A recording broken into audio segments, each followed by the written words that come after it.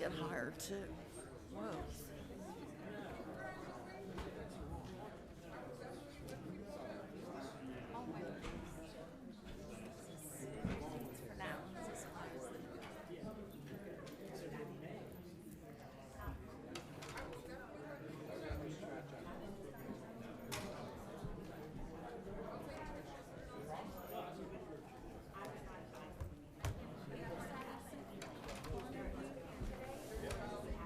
You have to get on that.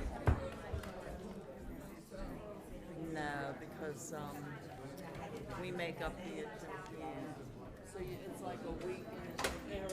So the next meeting you have to call be on the August 19th.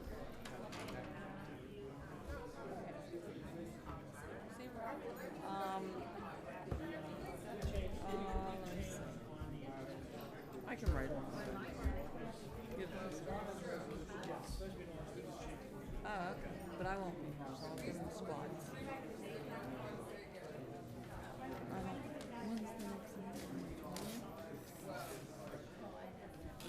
I bought it. Is it August 20th? I need it by August 9th.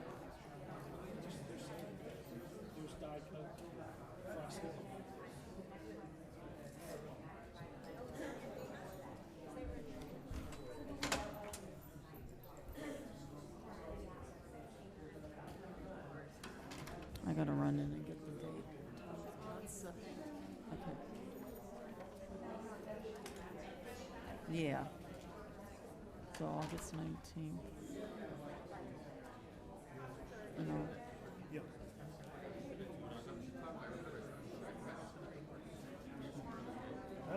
I found it. I called them. They never called me back. So I went on the internet and found it. Thank you. Sorry about that.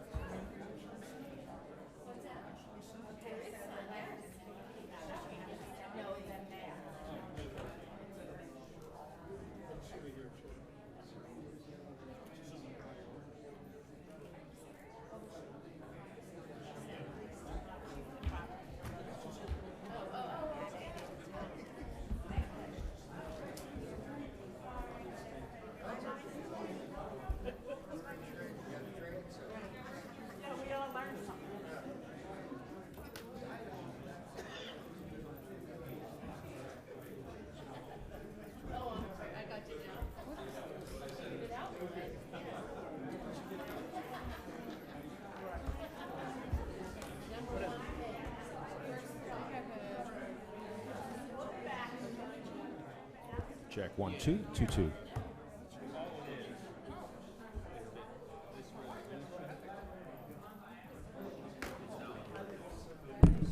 Check 1 2 2 3 4 1 2.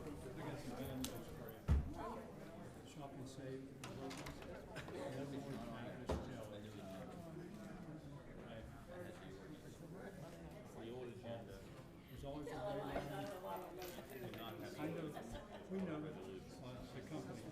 It's in Ohio. You can go on the internet, call them, and ask them, okay, and they'll tell you how much money it's all for. Just put it on as an ordinance. So it's on now. Yeah, we're several days in Churchill with all the kids. Okay. This is from Mark Bradley. He just handed this out. Mark.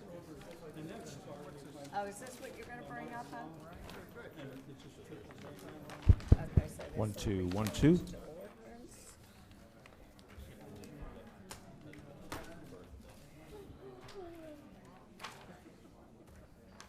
Oh, so he's not going to be here, honey? No, she was on the agenda to talk about the traffic during high school. Okay.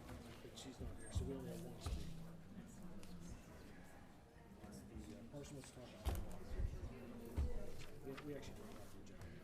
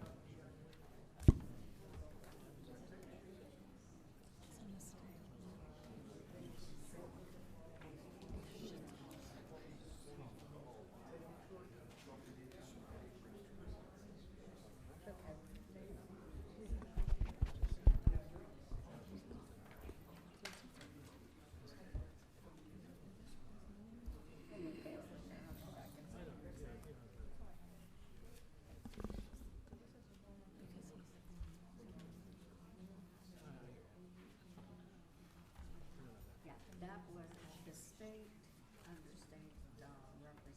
DeLuca, he made legislation, I have it if you want to vote, about towing, and he has this known common vehicle will be released from the auto farm release. That's because of the fact that the town car that was involved in a shooting or a robbery. If the, no, that's just if it's a, police, but if, what they do is the police, once they're impounded, they put a initial, and then because of the fact that they're police, and then PennDOT says we want to pay you.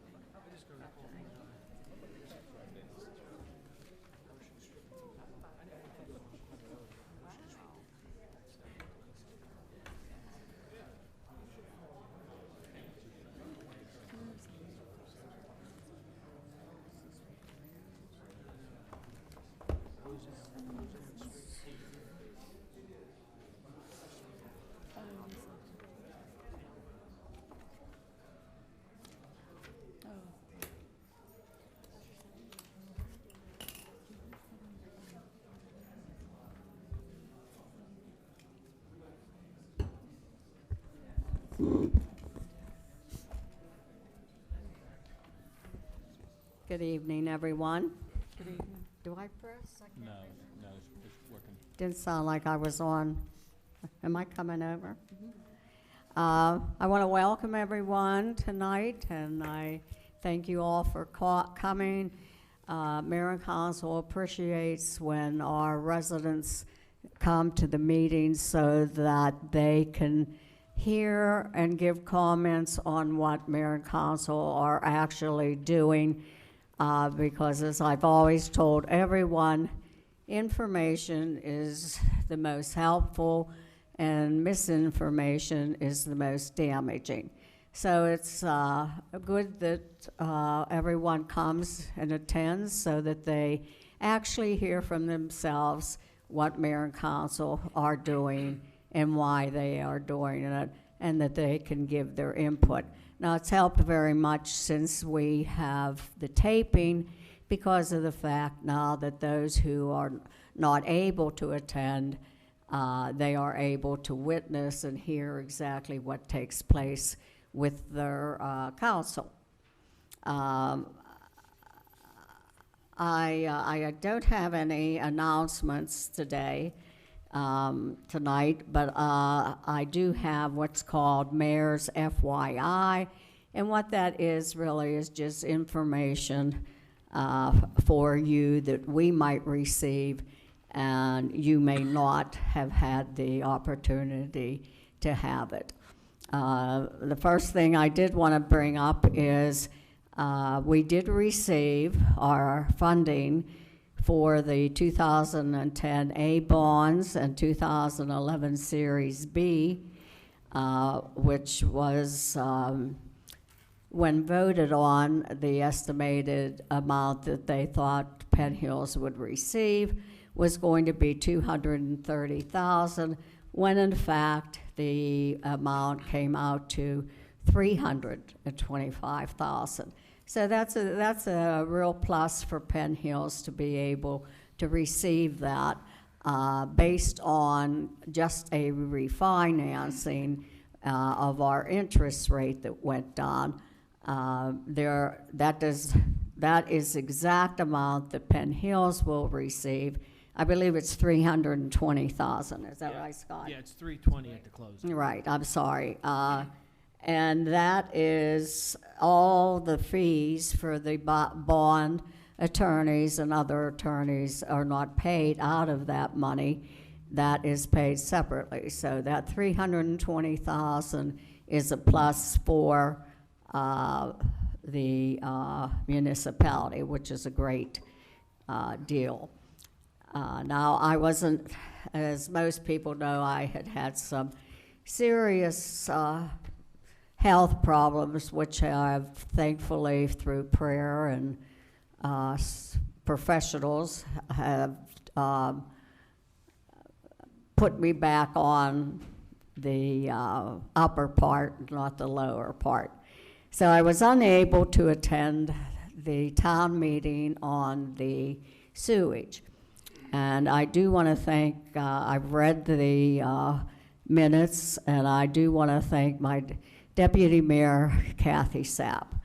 I had no problem, and sometimes I have, she'll tell me that I think she can do more than she thinks she can do, but she never disappoints me. And she did a very good job in handling that meeting. And I want to thank my council people who were very helpful with me through this illness that I had.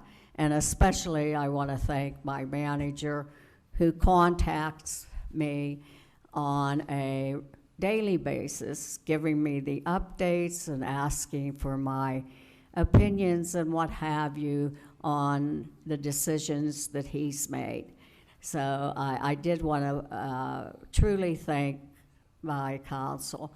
Penn Hills is very lucky and very fortunate to have the professional public servants and not politicians representing them.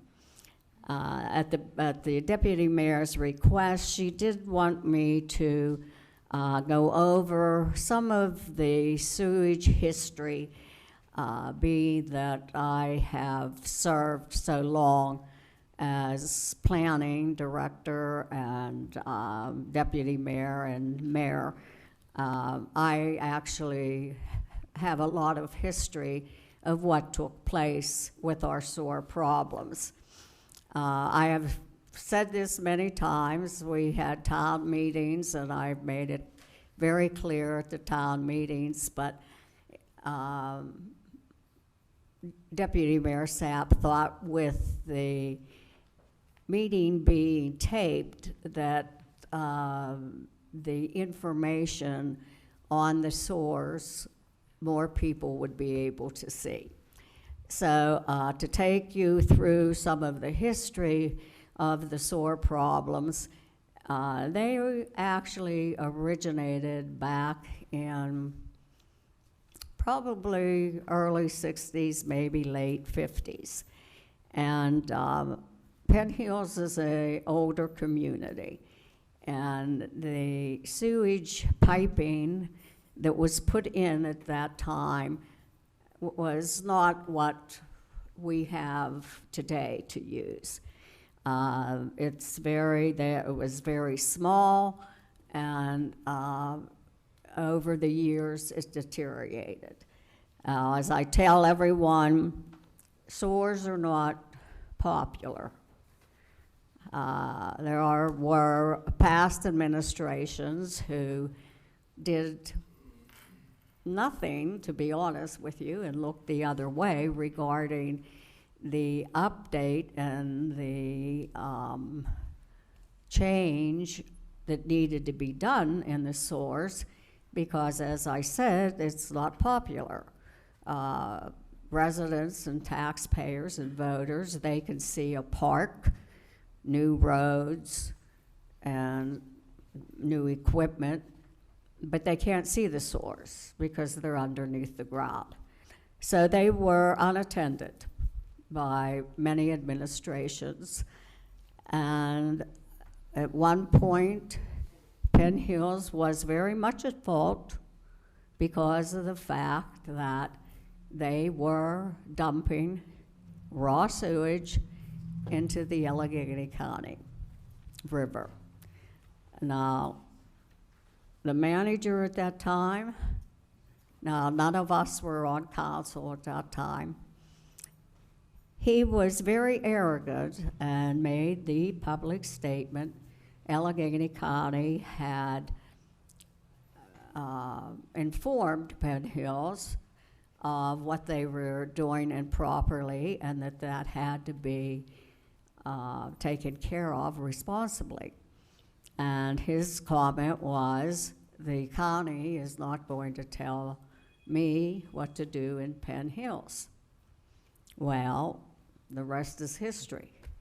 When that was the attitude that the municipality gave to the county, The county then decided to turn us into DEP and EPA. When that happened, we had legal fees that were outrageous because of the fighting that went on in the courts and over Penn Hills dumping the raw sewage and Penn Hills fighting. Of course, it was a losing battle for Penn Hills because they were in violation. At the time, I believe the fine was around $500,000 to $550,000. So what took place then is the judge who was hearing the case made the statement that, and this I'm just taking off my head, but he made the statement that the people who were in charge, meaning mayor and council, they should be removed for negligence. Now, everyone thinks that the millions of dollars that we have spent on our sewer system was because of the fine. As I said, the fine was somewhere between $500,000 and $550,000. The actual cost of the millions of dollars that were spent was because of the fact the municipality had to update our sewer system, which had been neglected for decades and decades. This council, and when I served as deputy mayor on Anthony DeLuca Jr.'s administration, we did not cause this problem, but we had to correct it, and we did. We were under a criminal consent agreement. And what that meant was Penn Hills was not permitted to go and ask for any assistance from the federal government because we were the only municipality throughout the county that was under criminal consent. All other communities were under a consent order. That criminal consent was in place for many, many, many years. And when Dr. Kincaid, myself, and Mayor Anthony DeLuca Jr. Took over the council, we changed our engineering firm because of the fact, upon research, we saw that they were not really working for the benefit of Penn Hills. They were working more or less for the benefit of work that they could do for themselves. And at that time, we brought in Gateway Engineer, who serves us to this day. We got out of the criminal consent order in probably 10 months, which had been in place for 10 plus more years. That was a huge step in the right direction for the municipality. We became under the consent order, the same as all the communities surrounding us were. With the work of the mayor and council from 2004 until present, we then, EPA removed us from consent order. Being that Penn Hills had done such a good job, they said that as long as we followed all the mandates, that we no longer would be even under the consent order, which is another huge step for Penn Hills. With doing that, people might say, well, why wasn't our sewer rates dropped? And the reason why is because of the fact the sewers are on a constant mandates from the EPA and DEP. Penn Hills is very large. What was done 10 years ago or 12 years ago, eventually it will be a cycle that's going to have to be put in place so that we are able to stay within the mandates that EPA and DEP put on Penn Hills and on all communities. Now, we were promised by Elkasand County that everyone is going to have to do to their sewer system what Penn Hills had to do. And when they do, then their community's sewer rates will be high as Penn Hills is. So we explained that on a continual basis to our residents. Yes, we're higher, but that's because we have done all the necessary repairs that have been mandated. And the surrounding communities will have to do the same. And when they do the same, then their rates will go up also. Did mayor and council have to increase the sewage rates? Yes. But we did not have to borrow any money in order to pay for what was mandated to be done. Now, come to 5 or 6 years from ago. All the communities now are having to take care of their sewers. And for some unknown reason to Penn Hills, it has been put into place that all communities in the county will be in a regional situation. It's called regionalization. Now, myself and my council have fought, county executive, Elkasand, because we have stated that Penn Hills has no intention of going into this regionalization. And the reason why is because of the fact Penn Hills residents have already paid for the repairs and mandates that had to be done in our municipality. Regionalization all of a sudden became, well, we want to be good neighbors to our surrounding communities. Our answer was, where were those communities with their good neighbor position and helping out Penn Hills? Regionalization wants to have every community in the county have, now the terminology changes, but basically it was a flat rate, which means every household in all the communities of Penn Hill of the county will pay the same flat rate. Let's say that flat rate is $10. Now, I spoke at the Elkasand meeting and I said there's a lot of young, smart minds in this audience. Please don't try to tell me that you can't realize that Penn Hills has 22,000 households. If the flat rate is $10 a household, multiply 10 times 22,000, and that's how much my residents and taxpayers are going to be putting into this regionalization pot. Now let's take a community that has 3,500 households.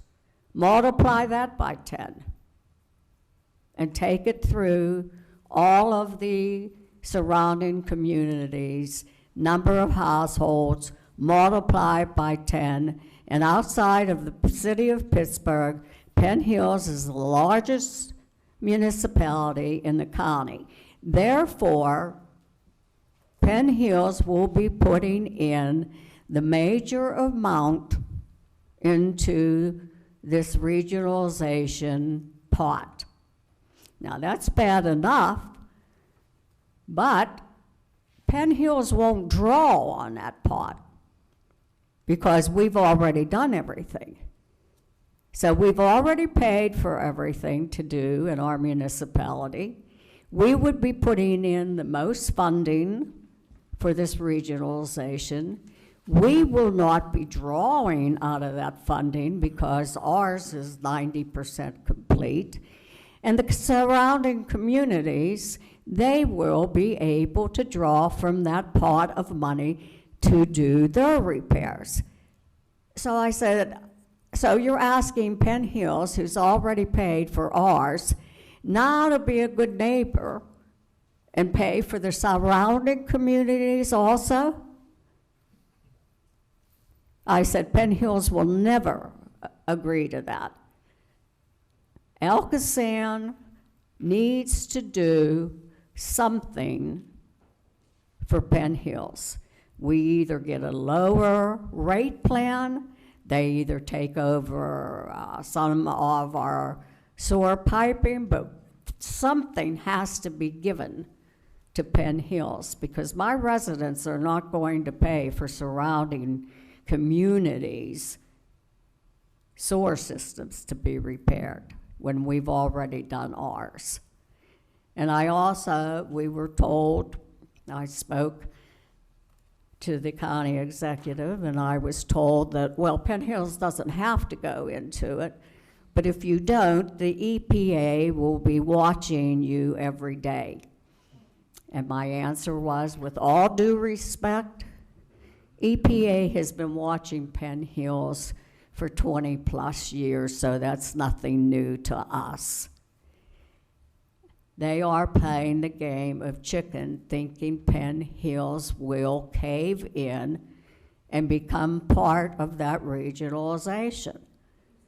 Well, they have to realize, the Penn Hills realizes, if we don't, then Alcosan's gonna have to take their piping clear around all of Penn Hills to enter into the Alcosan system at Allegheny River Boulevard. So it's going to cost them a great deal of money if Penn Hills doesn't go in to the regionalization.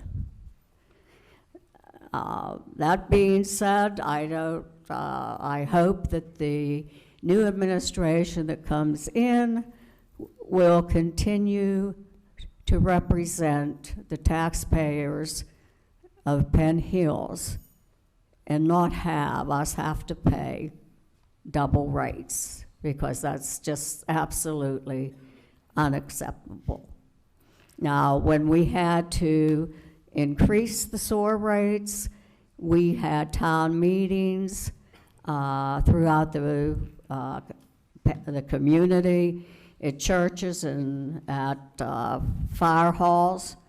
And we explained the situation, and we asked, how would you want this money, revenue, to come in to pay for this? There's two ways, a sewer increase or an increase in millage. At every meeting that we had, it was expressed that they did not want an increase in millage. We promised those taxpayers that if we increased the sewage fee, we would not increase it again for 5 years. We not only honored our word with that, we went 8 years before we increased the sewer rate. We didn't have to borrow money, which is a big thing. The sewers are what they are. Now, I know at election time it's very popular because candidates know residents and voters hate the sewer fee that they have to pay. So it's very popular to say This administration raised your sewer rates, and this isn't right, but I don't ever hear what they propose to do to keep the mandates complete and not bring in the revenue that's necessary to do that. Words are very cheap, but actions are something else. I mean, a candidate could say, at every budget meeting in December, I'm going to give every household $1,000. Now, that's never going to happen, but if a voter hears that, I'd vote for that candidate. Once they become elected, they're not going to do that because it's not possible. If you or anyone has an answer to what you think you can do to lower the sewer rates for Penn Hills residents, these microphones are where you should come up and where you should present it. Not on social media, not in a fancy, colorful flyer. If you have an actual way to lower the sewer rates, share it. We'd love to hear it. We're all taxpayers too. My children live in Penn Hills. My grandchildren live in Penn Hills. They are families of 4. They flush their toilets 10 times more than I do and wash clothes twice as much as I do. So when those sewer rates go up, it affects mayor and council and our families. So please, I ask you, if you have a solution, share it. I hope I don't have to wait until you're elected. Are you only going to share that information if you become elected? If you have it, present it. And as I said, the sewer situation is the sewer situation. It's cut and dry because it is mandated by EPA and DEP, not by this mayor and council. We just have to have the funding to pay for it. I don't know if anyone has any questions, but if you do, I'm the person that you need to speak to, because no one knows the sewer system better than I do. And as I said, there's budget meetings, 3 every December. The sewer budget is always voted on at those meetings.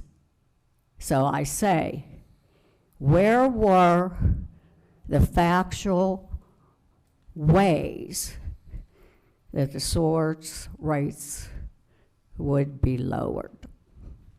As I said, I'm open for any questions. Just send something to the manager, and I will give you a reply on any question you might have regarding our sewers and our sewer rates. Did that cover it, Deputy Mayor? Yes, you gave a good explanation as to the history of what happened. No one that night could do justification to what you just said or how you just said it. We tried, but I think you brought it over more clear, and I'm also excited because the residents who will be watching by way of social media will now be able to understand clearly the history of our sewers and how we're moving forward and why our rate is what it is and what it was what it was. And So I do thank you. want to say that the deputy mayor was so complimentary on the Penn Hills residents who attended the sewage workshop. She said that everyone who was in attendance gave professional comments, questions, and all acted in a professional way. So we applaud. our residents. Okay, that was Mayor's FYI. Now, approval of the agenda items. We have some changes on the agenda.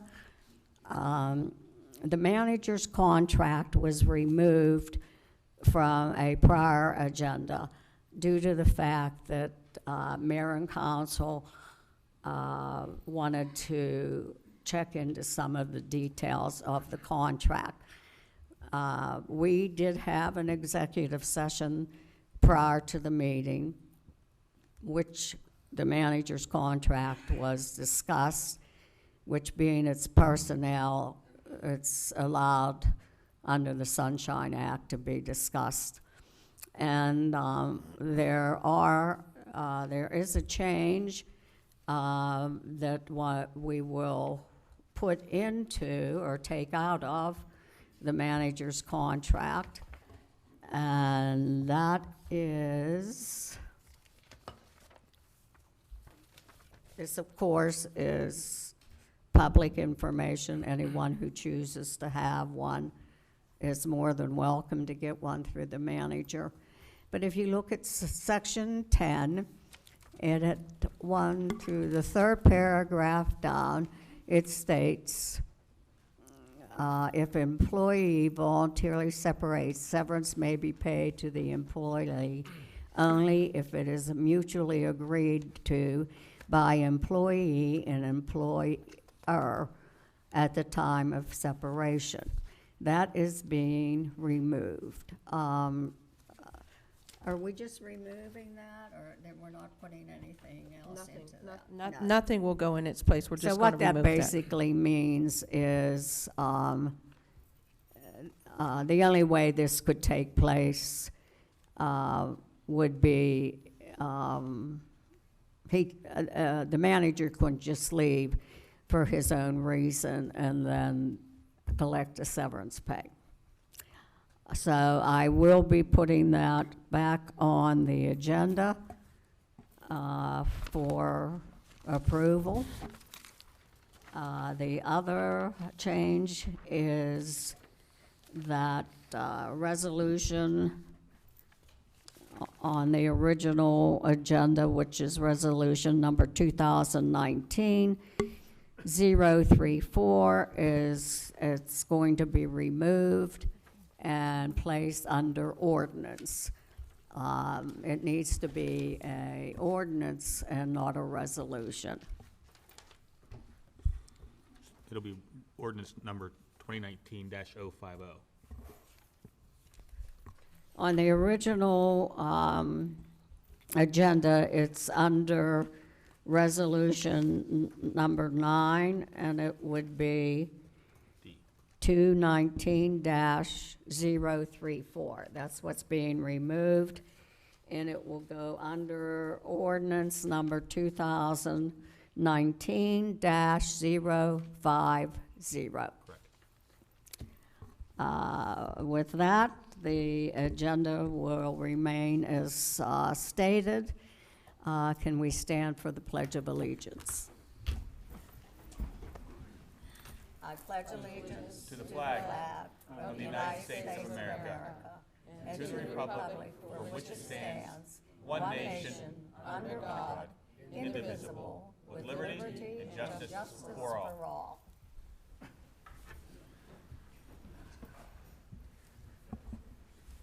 Roll call. Okay, Mr. Brodnicki, Here? Deputy Mayor Sapp, Present. Mr. Underwood, Here. Mr. Petrucci, Here. Mayor Kuhn. Here.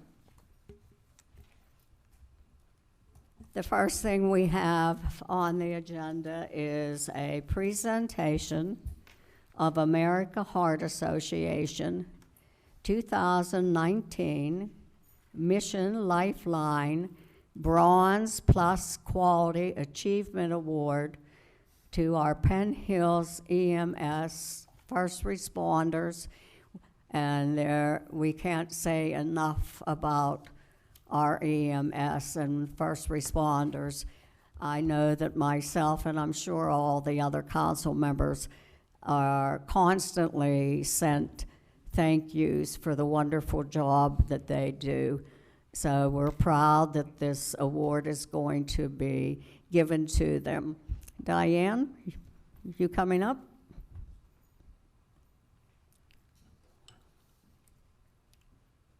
We actually have Gina Harach from the American Heart Association making the Let presentation. me just ask you, I just had surgery on both ears, so whoever's on the microphone, if they could just speak slowly and loud. We'll make sure we do that.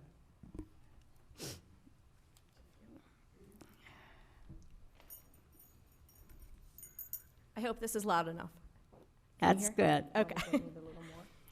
Penn Hills Council. The American Heart Association recognizes the critical life-saving role EMS provides to the overall success of ST elevation heart attacks and the system of care. The correct tools and training allow EMS providers to rapidly identify the infarct, promptly notify the destination center, and activate an early response of hospital personnel. As an EMS agency that delivers education in STEMI identification, provides access to 12-lead EKG machines, and develop protocols derived from the American College of Cardiology and American Heart Association guidelines, Penn Hills EMS is driving improvements in the care and outcomes for these patients suffering from a life-threatening event. Beyond these basic components of a high-functioning system of care, Penn Hills EMS is part of an elite group of pre-hospital agencies in the United States focused on not high-functioning, but high-quality STEMI care. Penn Hills EMS joins 615 other EMS agencies in the United States and is one of 73 other EMS agencies in the state of Pennsylvania that are receiving the 2019 American Heart Association Mission Lifeline EMS Performance Achievement Award. To achieve this Bronze Plus Performance Achievement Award, Penn Hills has achieved a 75% or higher compliance score for areas such as patients greater than the age of 35 with symptoms of a heart attack being treated and transported by EMS to a hospital and have been received a pre-hospital 12-lead electrocardiogram. The percentage of hospital notifications or EKG transmission to the hospital for early cath lab activation performed within 10 minutes of the first ST elevation MI EKG within the field. The percentage of STEMI patients that are treated and transported directly to a receiving center with pre-hospital first medical contact to device time in less than 90 minutes, as well as the percentage of pre-hospital 12-lead EKGs performed on patients within 10 minutes of EMS arrival to the patient that is greater than 35 years of age. Today, we're celebrating lives saved because of hard work and dedication of Penn Hills EMS and your hospital partners. Looking at the last 10 years, from 2007 to 2017, the Centers for Disease Control and Prevention have reported that nearly a 50% decrease in the age-adjusted mortality rate, 35 years of age or older, from heart attacks in Allegheny County. The community served by Penn Hills EMS should be very proud of their pre-hospital care professionals. On behalf of all of the staff and volunteers of the American Heart Association, I would like to present your team, Penn Hills EMS, with the American Heart Association Mission Lifeline 2019 EMS Bronze Plus Performance Achievement Award. Congratulations to you.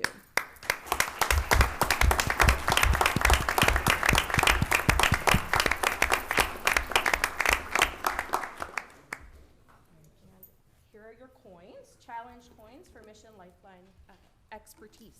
Thank you very much. Just a brief thank you to the Heart Association, and I have a couple other people in the audience that I'd like to thank. First of all, this is different than the things that we're usually here for. Usually we have 2, 3, or 4 people that get awards when they actually save a cardiac arrest. What this award is it's a culmination of all of the work of all of our staff in meeting all of those benchmarks set forth under the Mission Lifeline guidelines. So thank you to all of my staff. It's a great recognition and we're proud to have it. I'd like to thank the American Heart Association. I'd like to thank our UPMC pre-hospital support group. We have Executive Director Myron Rickens. We have EMS Specialist Dale Mitchell. We have the EMS and AED Specialist Cheryl Rickens. And I'd like to have an extra special thanks for EMS and Quality Assurance Provider Jeff Rhyme, because we had quite a bit of difficulty getting our applications submitted the last few years. And there's a very small window of time that we can do this. And to make sure that we got it this year, Jeff actually came out using some of his equipment from UPMC and helped us finalize everything that we needed to get this award. And as always, I'd like to thank Mayor and Council and the manager for their continued support of EMS, and to the community, because without your support, we wouldn't be here, and we certainly wouldn't be able to do the things that we do on a regular basis. So thank you very much.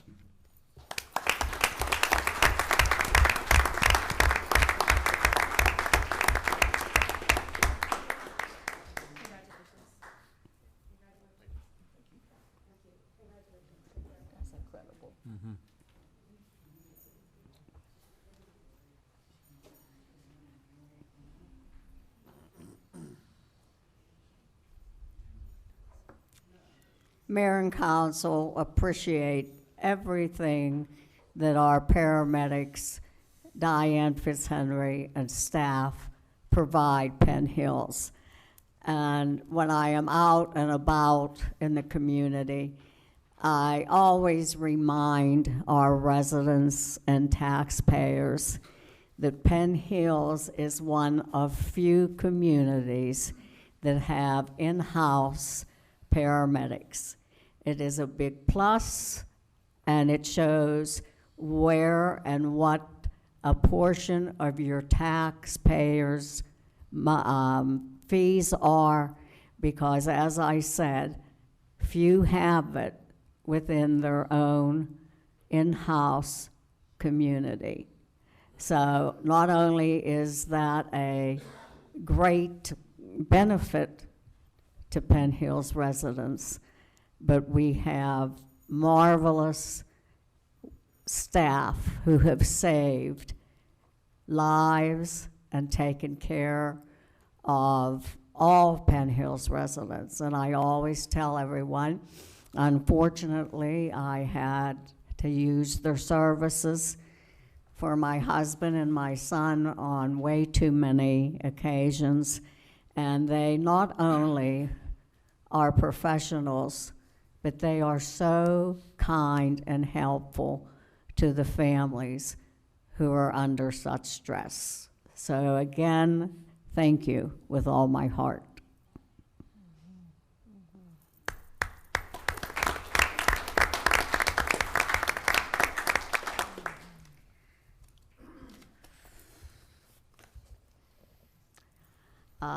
Next on the agenda, we will have approval of the June 17th, 2019 council meeting minutes. Mayor Coon,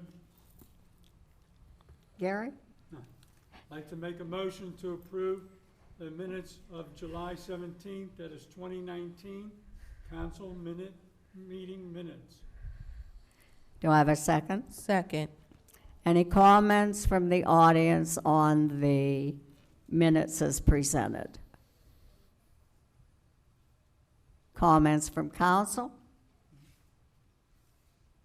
Roll call. Deputy Mayor Sapp, Yes. Mr. Underwood, Yes. Mr. Petrucci, Yes. Mayor Kuhn, Yes. Mr. Brodnicki. Yes.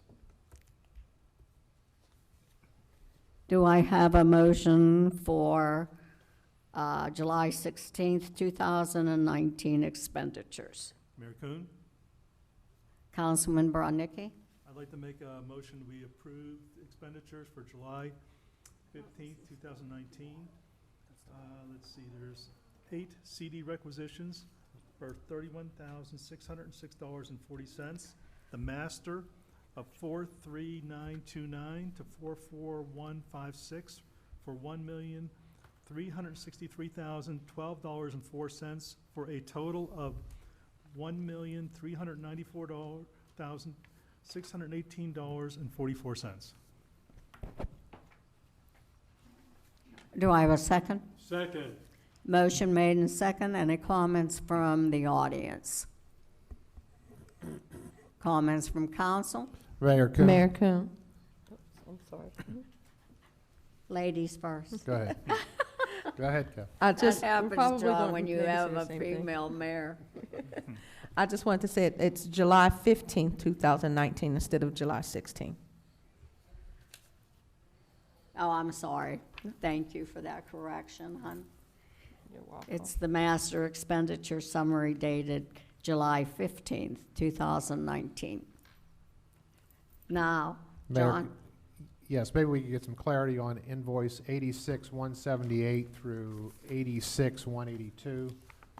There's some charges there for $400 each. It's on page 10. Maybe our finance director may know what that's about.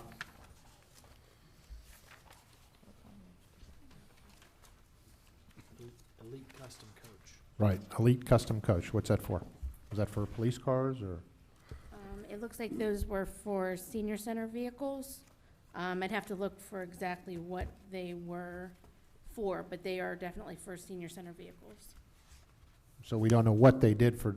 I would have to look at the invoices to see Okay, what whenever you get a exactly they chance, were you can let for. me know.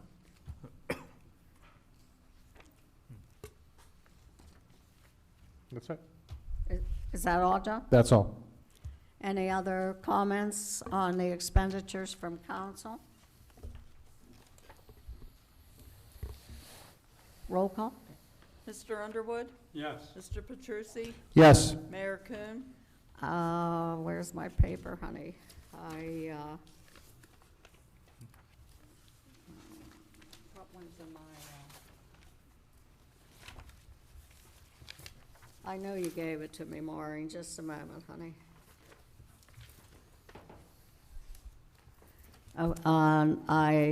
Yes on all, and I abstain on page 16 for 2 auto repairs to Dawn Kuhn Auto Body.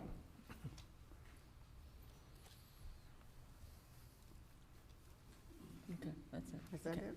Mr. Brodnicki? Yes. And Deputy Mayor Sapp? Yes.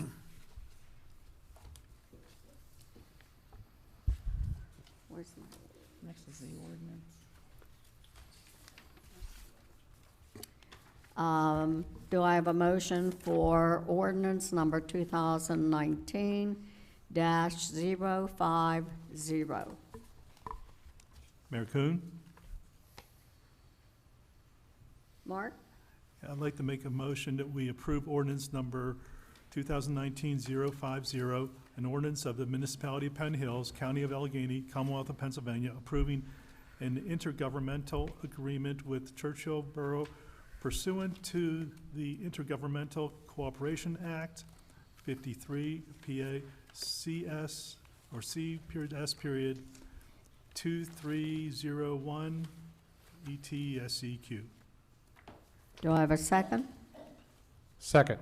Motion made and second. Before we have any comments from the audience, I was wondering if the manager could just give some updates on exactly what this entails. Sure, thank you, Mayor. This is something that we've been working on with our neighbor, along with our staff and our legal counsel and engineering firm for about a year. There's a facility that Churchill Borough operates. It's known as the Collin Roads Pump Station, and it's basically deteriorated. And so the borough was faced with a few choices, one of which was to rebuild their own facility at tremendous cost, or run a new line to take that wastewater to Alcosan. So they approached the municipality of Penn Hills about tapping into one of our lines and using one of Penn Hills' lines to get to Elkasan. It doesn't mean that Penn Hills would treat their flow. It would just mean that Penn Hills would allow about 245 Churchill homes into our line to get to Elkasan.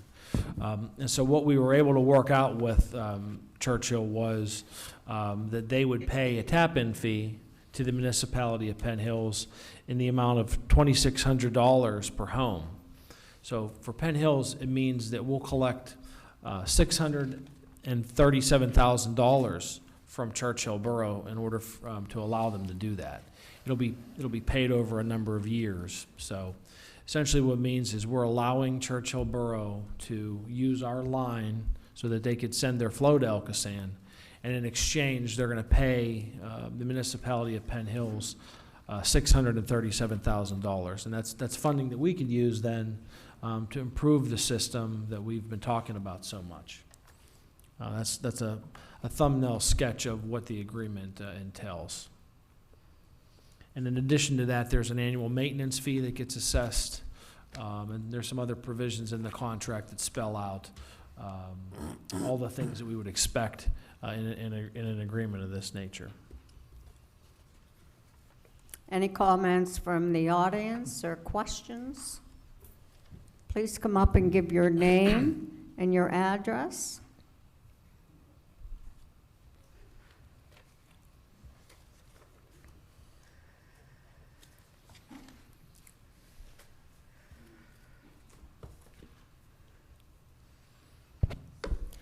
My name is Dr. Letitia Clipper. My address is 107 Crescent Hills Road. I just have a question on that. If in fact this regionalization does occur, will that void this particular agreement? No. The answer to that's no. As part of the agreement, it says that if this line were to ever go to Elkasan and become part of regionalization, Churchill would owe that money anyway. So it states very clearly that that tap-in fee gets paid to municipality of Penn Hills no matter what happens with that line in the future. If that line, under some way, would become part of regionalization, which I don't know that it would be or should be, they would still owe that money over the next 10 years. It's $637,000 paid over 10 years. And we're basically charging them the same tap-in fee that we would charge anybody that taps into our system. If you were to build a home in Penn Hills right now, you'd have to tap into our system. That's what you would pay. And so we're basically charging their homeowner the same rate that we would charge anyone here. But the answer to your question is no, it wouldn't void that at all. And once and if that regionalization would occur, then that agreement would then no longer be considered null and void. They would continue to owe the $637,000. Okay, thank you. You're welcome. Are there any other comments? Comments from council? Roll call. Deputy Mayor Sapp, Yes. Mr. Underwood, Yes. Mr. Petrucci, Yes. Mayor Kuhn, Yes. Mr. Brodnicki. Yes.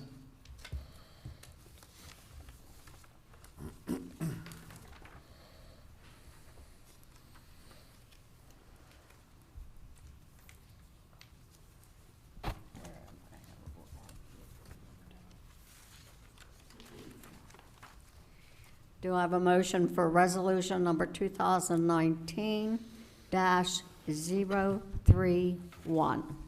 Mayor Kuhn, Councilman Underwood? I'd like to make a motion to approve resolution number 2019-032, authorizing Penn Hills to enter into a renewal of existing towing and Oh, I'm storage sorry, I gave agreement. the wrong one.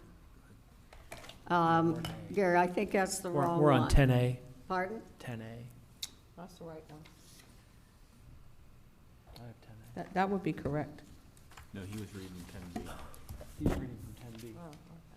He's down here?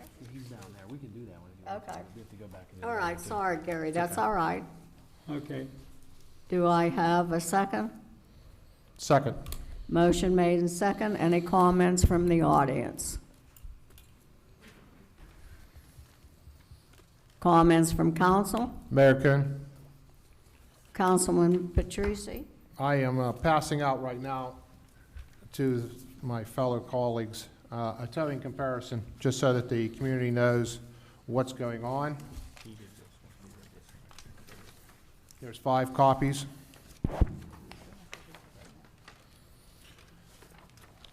I went over the towing contract that was at hand, and I felt it was necessary to compare it to some of the other companies in the local area.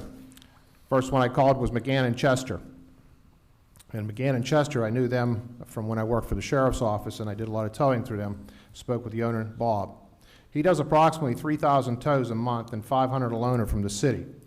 Now, he says to me, John, you can't compare me with other towers because that towing facility charges $200 within the city limits. His storage fee is $25. Now, he does, like I said, he does a lot of tows, and that's what he bases his on volume. I called Farrah's Towing, which is across the river in Sharpsburg, and theirs is $250 with a $35 administration fee and a $5 per mile. They charge $50 storage. McGill's Towing at 417 Broadway, and that's who Monroeville uses, it's $225 and $50 for the storage. Coons is $205 and $40. Now, we have to take a lot of things into consideration. First of all, I had spoke to Mr. Kuhn about an issue that I felt was necessary to amend his contract in, and he did. Mr. Kuhn and I spoke at length about a vehicle that's being towed and during a business hours, and if the owner of the vehicle requests that the vehicle be towed someplace else. So that is amended, and it's under C in his contract. Owners requesting vehicles towed to different facility, as long as said facility is open for business and some person is able to pay charges for the tow, vehicle will be taken to customer's request repair facility. If said establishment is not open for business and no one can take responsibility for the vehicle will be towed to Don Kuhn Auto Body.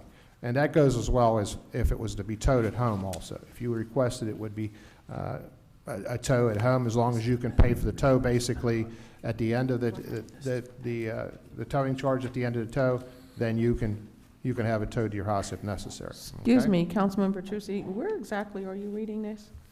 On what number? I think he said it was item C. You said it was amended, and it was amended in what we have? I have the comparison sheet, I'm not talking about that, I'm talking about On the item- resolution. Where are you reading this? It's on page, These pages are numbered. well, it's C Under what section? of the contract, Section 4. section 4. Section 4. Section 3. Section No, 3. section 4. Section 3, payment of fees.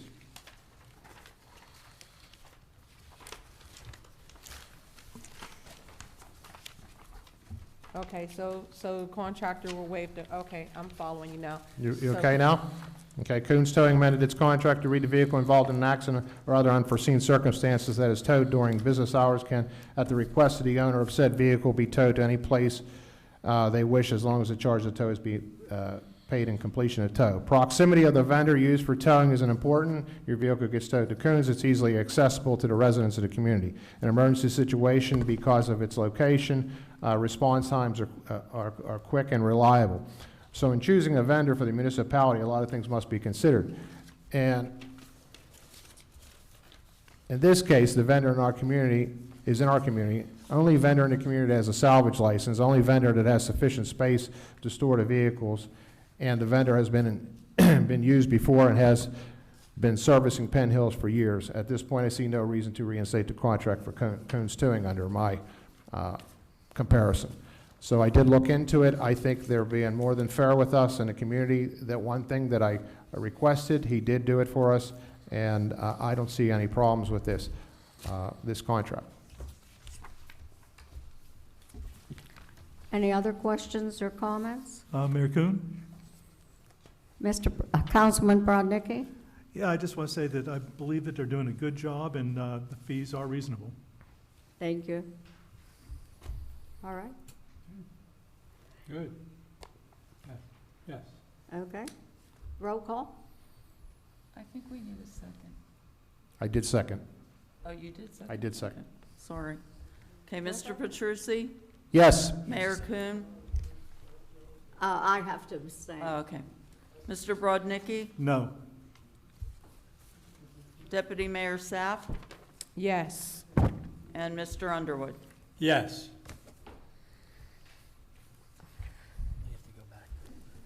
Okay. Just a comment, my husband was not able to attend tonight's meeting, but my son, grandson, and one of our towers are here to represent. And for the audience, just to know, Don Kuhn Auto Body tows all the police vehicles for the municipality at no charge. He tows senior citizens vehicle, Public Works, Department of Water Pollution, Parks and Recreation at no charge. And he also tows all of the fire trucks for all 6 fire companies at no charge.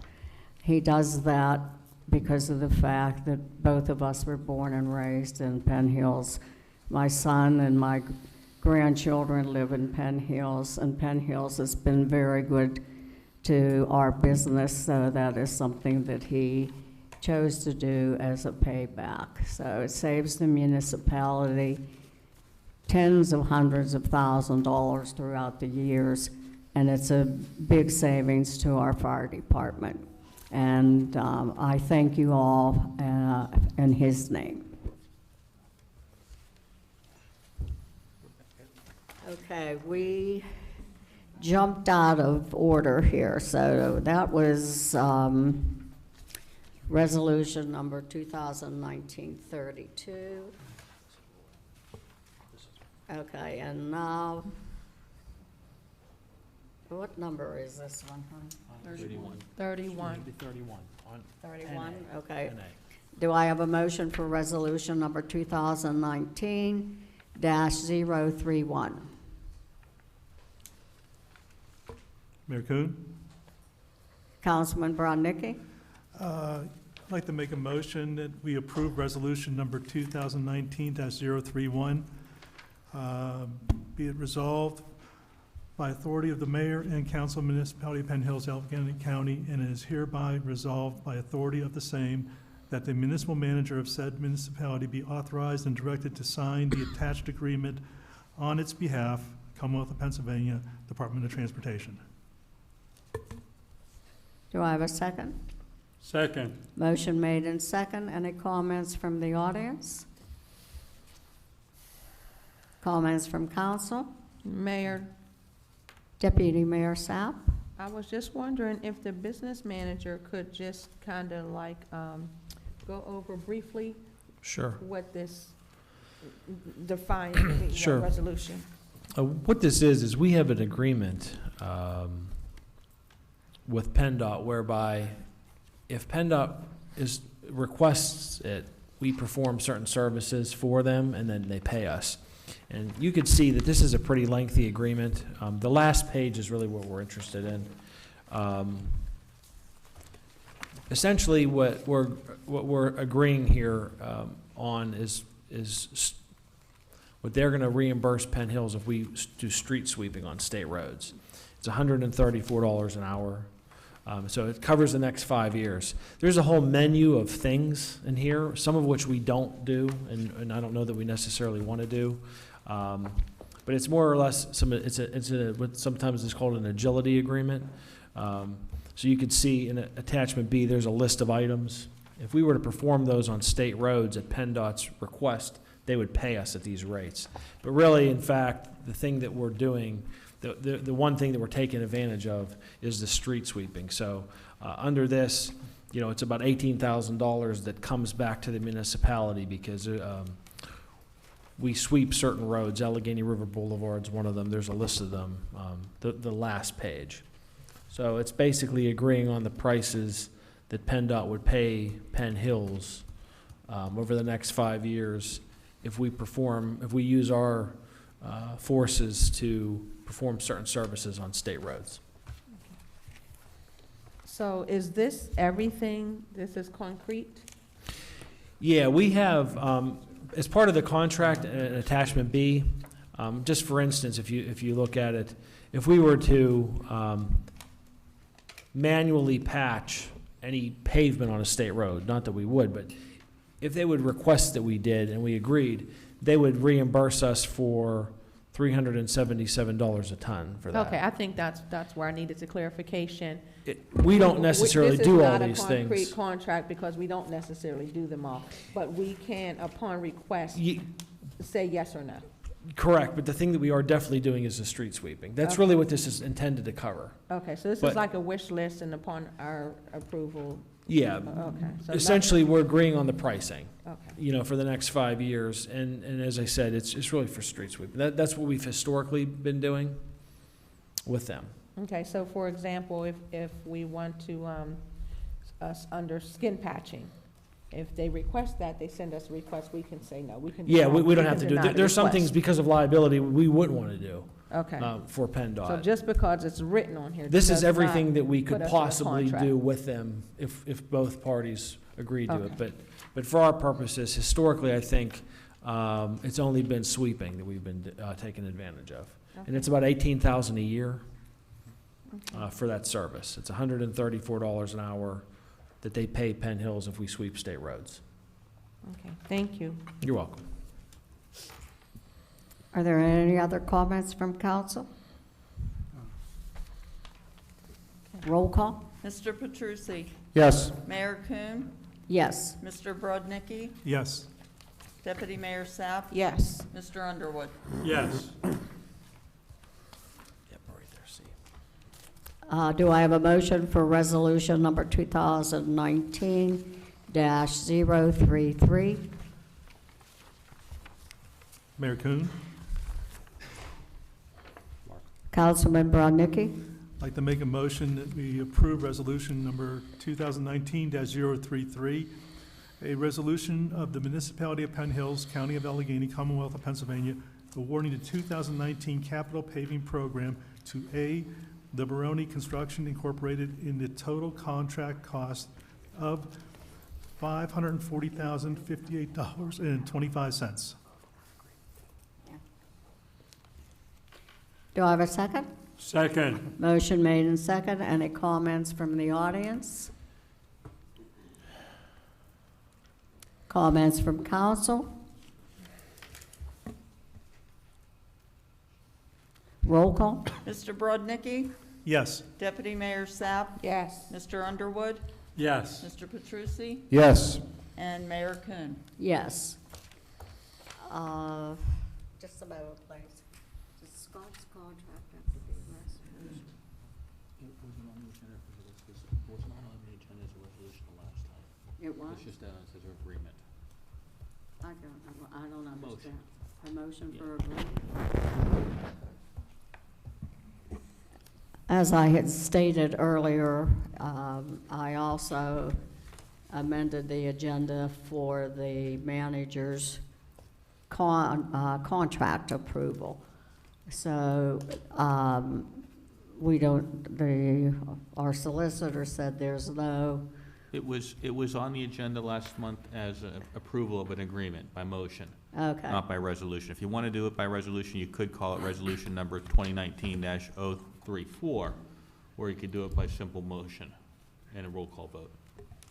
How do you want it done? Motion, roll call. What, honey? Motion. Motion roll call. Do a motion, roll call. Do I have a motion for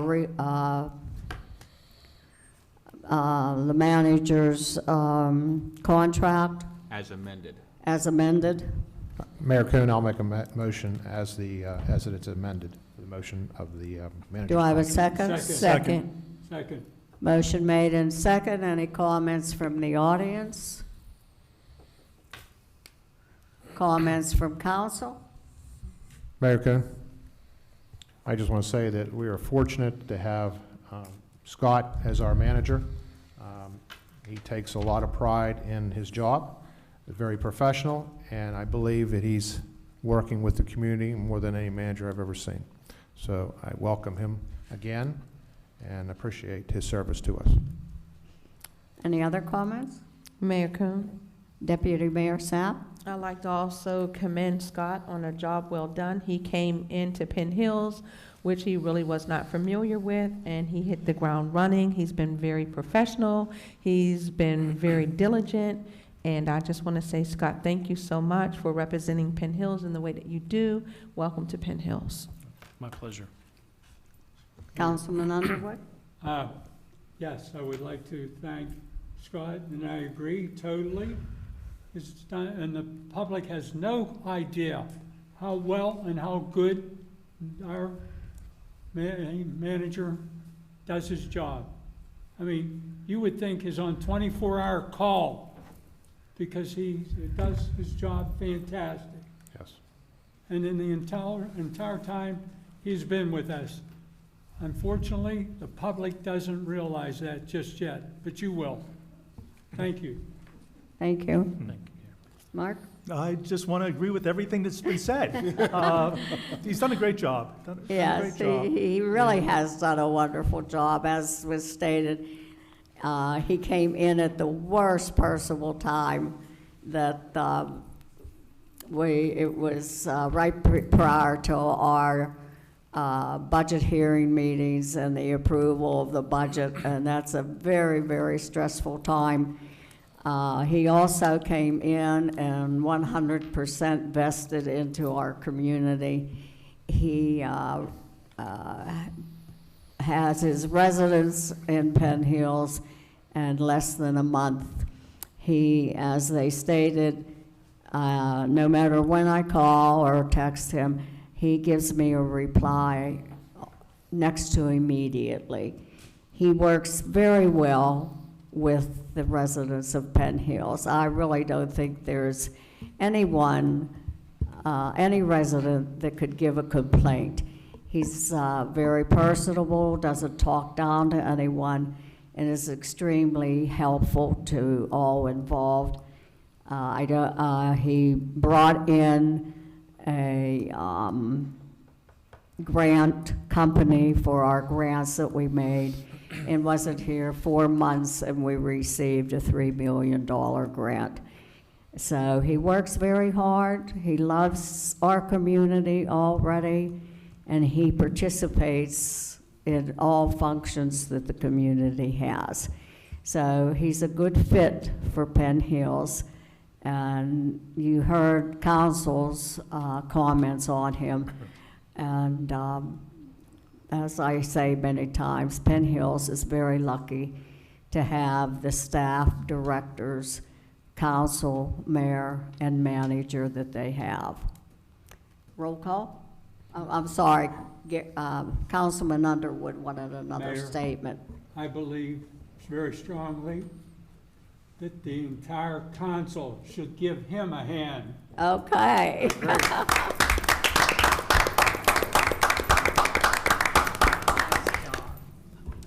Thank you for your support. Job. It's my pleasure to serve this mayor and council. And thank you for the support that you give me and the staff on a ongoing basis. I'm sorry. No, I was just saying thank you for the support that you give me and the staff. It's my pleasure to serve the community. So. You're extremely helpful to mayor and council in every aspect that we need, so thank you. You're welcome. Now, roll call. Mayor Coon. Yes. Mr. Brodnicki. Yes. Deputy Mayor Sapp. Yes. Mr. Underwood. Yes. Mr. Petrucci. Yes. All right, John, you don't have to be so loud. What's in those I know I've had ear surgery. Well, you said you couldn't hear. I just want to make sure you got that. Next on the agenda is items for consideration. Mayor Kuhn, Go ahead, John. I have a new laundry list for tonight. I'll be passing out this.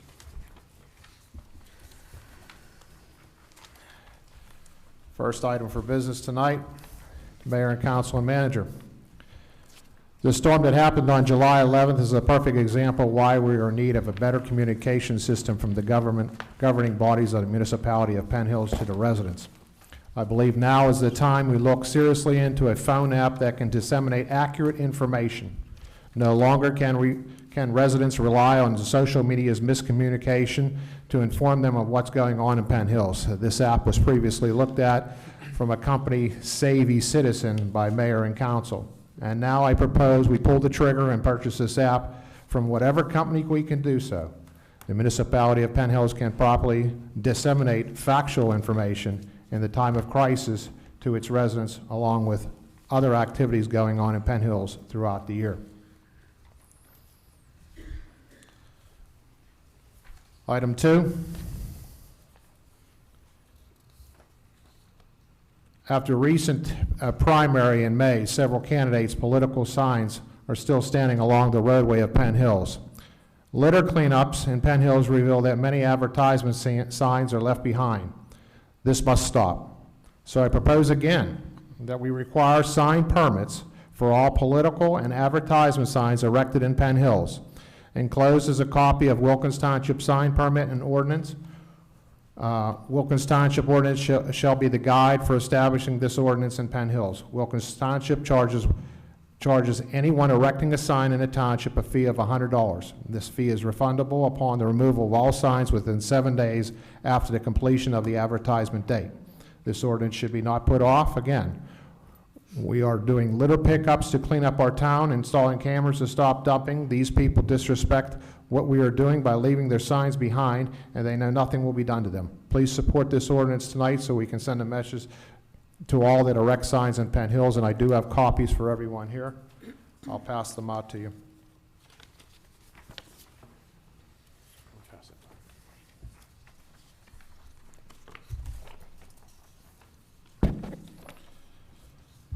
Next one I have is after the legalization of fireworks in Pennsylvania has become more prevalent for people to celebrate special occasions with them. With this privilege given to us from state of Pennsylvania, Pennsylvania also should come consideration of the use of said fireworks within our community. So tonight I'm proposing a fireworks ordinance be adopted to the community of Penn Hills. This ordinance would specify the type of fireworks used in Penn Hills and the times designated to use such fireworks. I've enclosed a copy of the City of Pittsburgh fireworks ordinance to be a guide establishing such ordinance for Penn Hills, and I have copies of those also.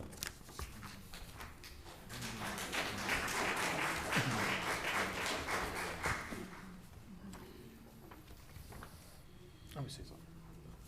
Councilmember Trucy, while you're going through your papers, don't we have something already in play with regards to fireworks?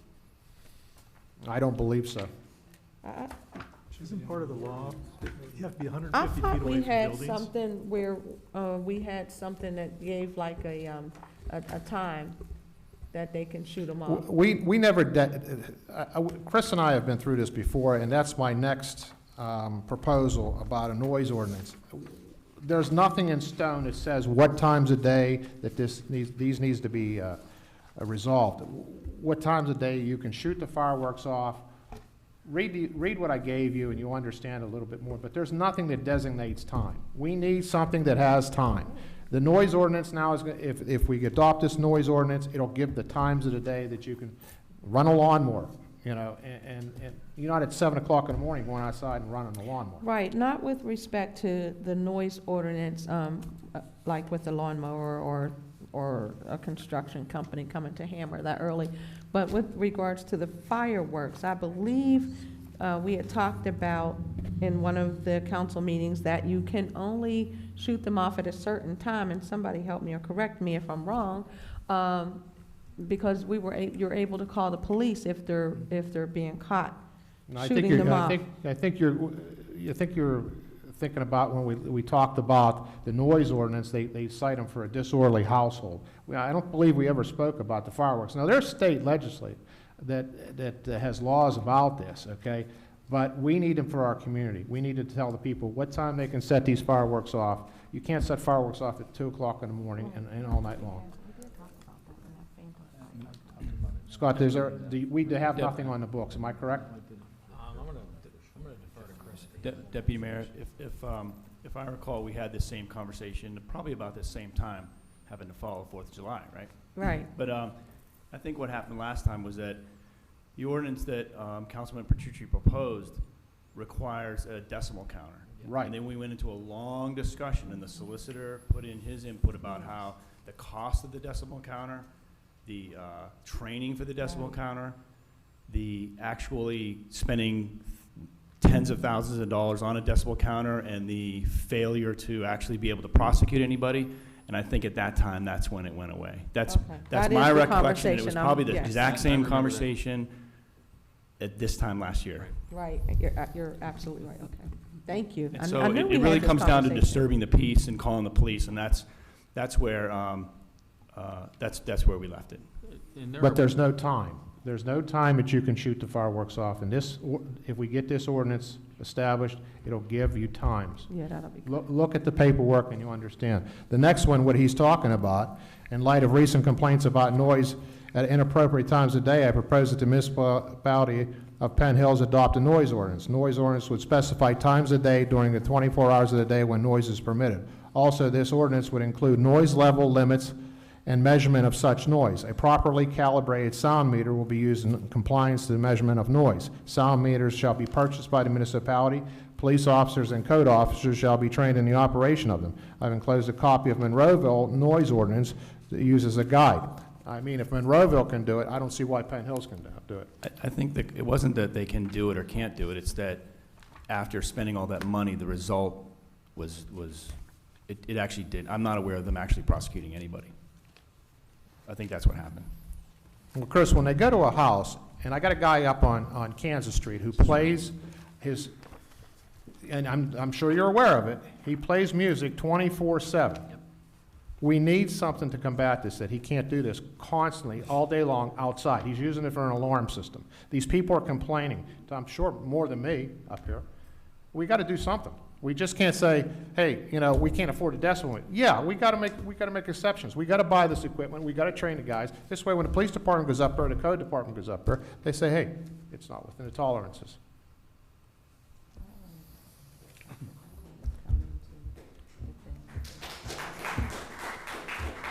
And that's all I have for that right now, Mayor.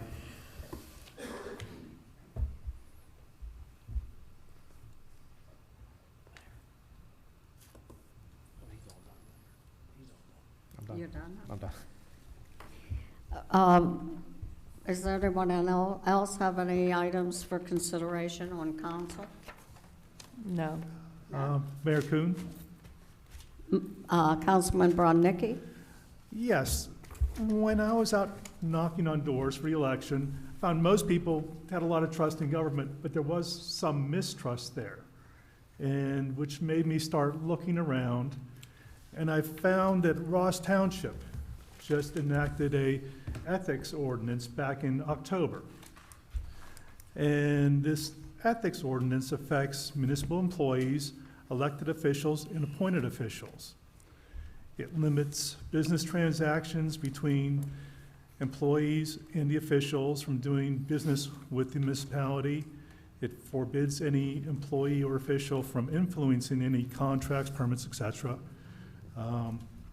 No employee or official, elected or appointed, may accept any gifts or gratuities from anybody doing business with or wanting to do business with the municipality. I mean, there are de minimis, you could accept pens and notebooks and things like that, but there are dollar limits to it. Let's see, no municipal employees may coerce any other employee to contribute to political activity. And there's penalties, up to $1,000 fine and up to a year imprisonment if you do go with this, if you violate these. And the ordinance is pretty comprehensive, and I think we should take a look at it. I mean, if Ross Township could do it, we could do it. And hopefully we'll get a vote on this in the next few months. Thank you.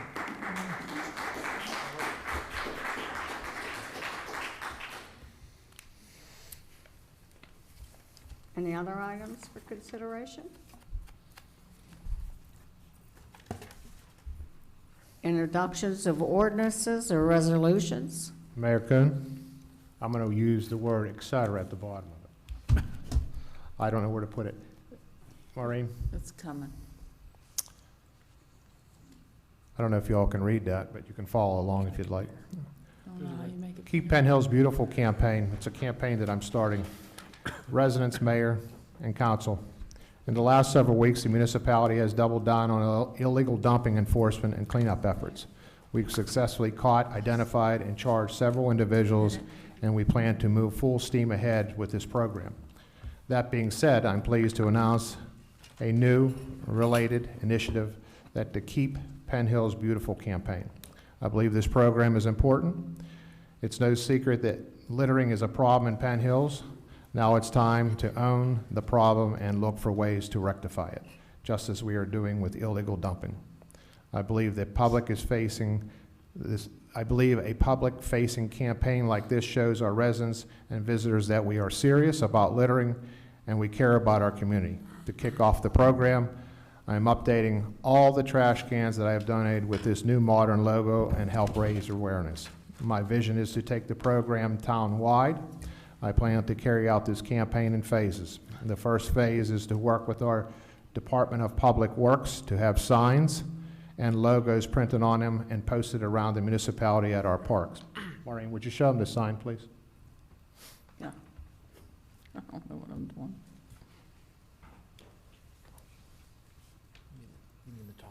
There, yeah.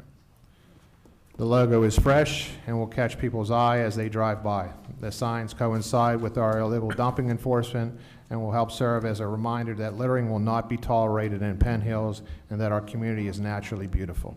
Later phases of the programs will with details still to be worked out, include roadside beautification sponsorships, adopt a road program, and corporate litter cleanup sponsorships. I would like this program to serve as a catalyst for all types of beautification efforts, including working with and promoting local volunteer groups like the Anti-Litter Group, beautifying green spaces, and cleaning local waterways. When working together and get more residents involved, we can begin to really show how naturally beautiful Penn Hills is. Respectfully submitted, my name, and that's the other one. So hopefully we'll get the logo out to the community start with the trash cans, and I'll be trying to place some more trash cans around the community and get this thing started. Thank you. And that's it. You done? I'm done.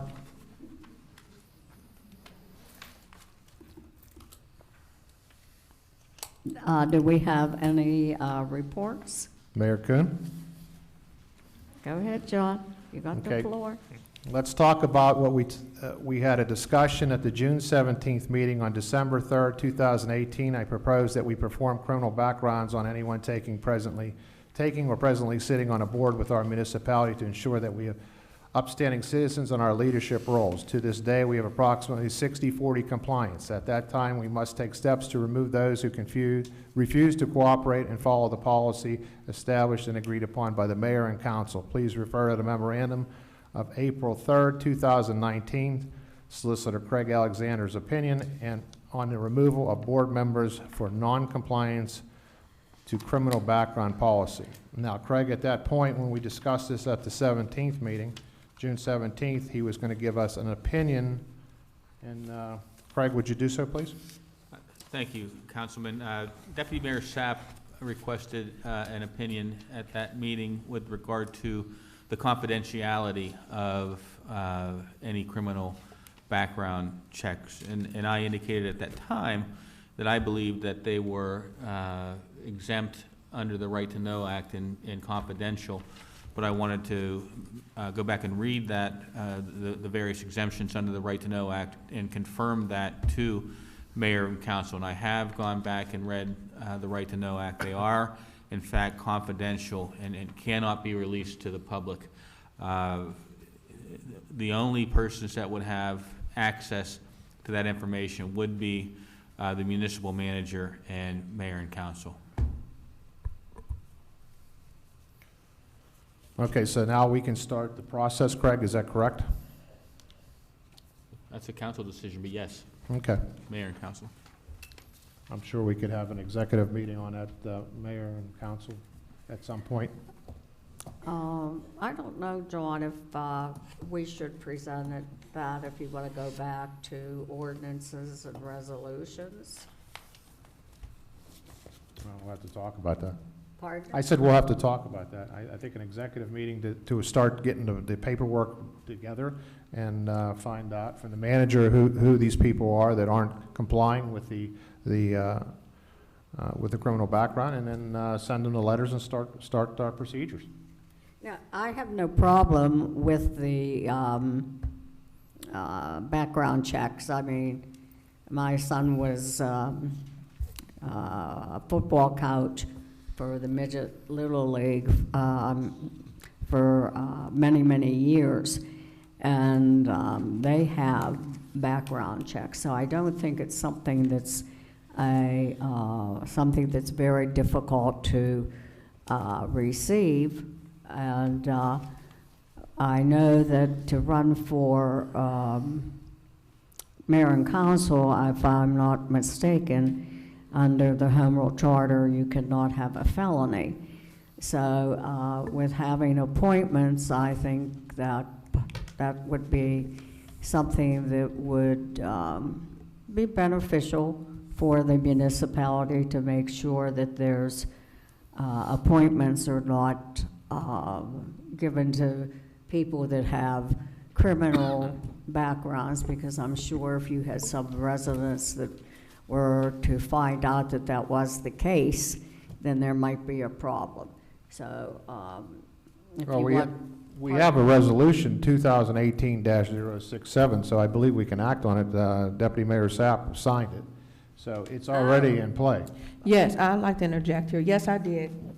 And here are my concerns with that. So with the opinion given back from our solicitor, what concerns me is that information will be privy to mayor and council. So, you know, we're not here forever. We're under a term.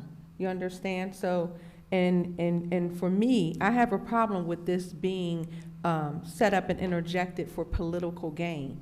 I don't like the politics of it. So I'm just going to put that out there. I have no problem with it. I run a daycare center. I have no problem with background checks. I think they're important, but I also feel that it should not be for political gain. I also feel that we should, the confidentiality should not be in the hands of mayor and council.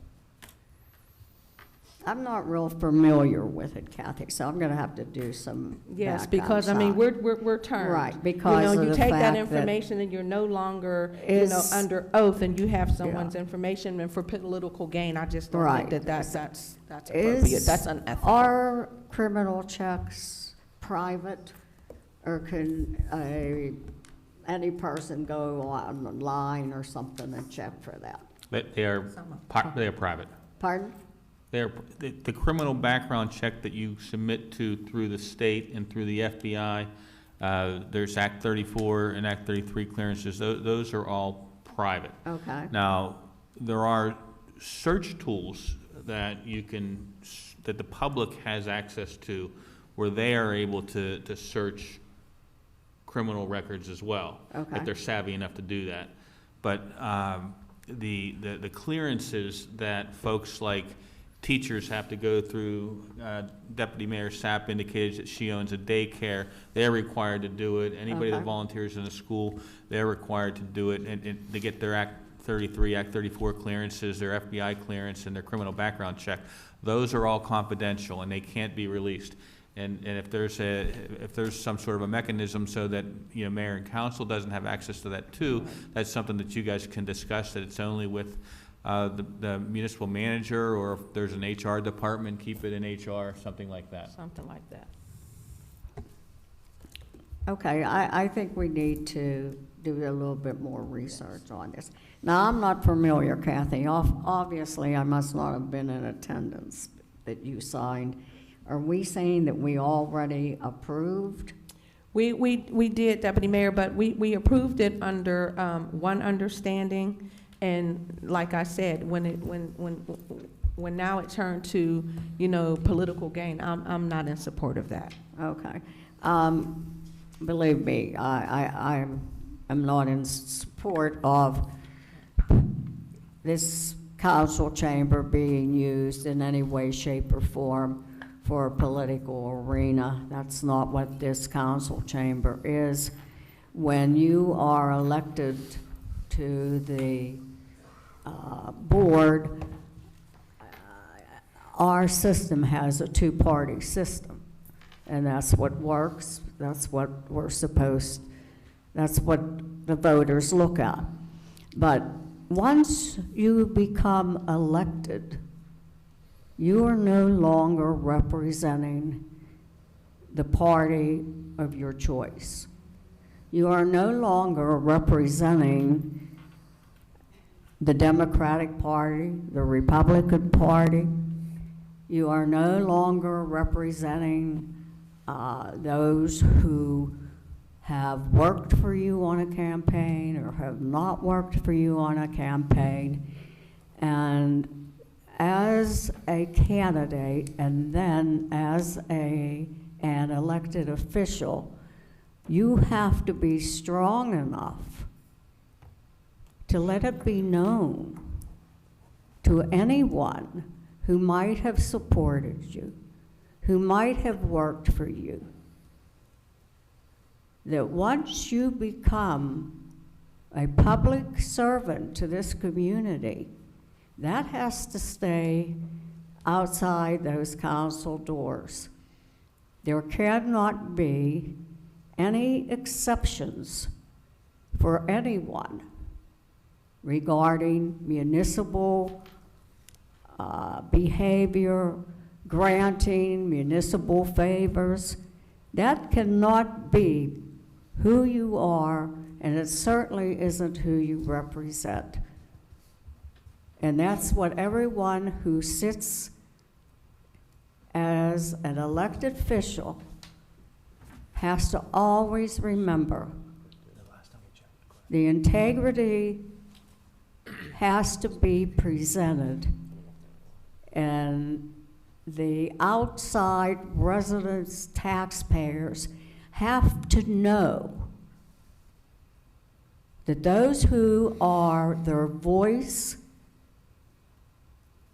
cannot give out political favors or make exceptions to anyone for political reasons. And I know I could say this, and I would be extremely disappointed if I was proven wrong, but in all the time that I was deputy mayor for Mayor DeLuca Jr., and this council that works with me, I have no knowledge that they ever used their position to grant a favor or to vote a certain way because of their party affiliation. Having a committee, whether it's Democrat or Republican, supporting you is fine.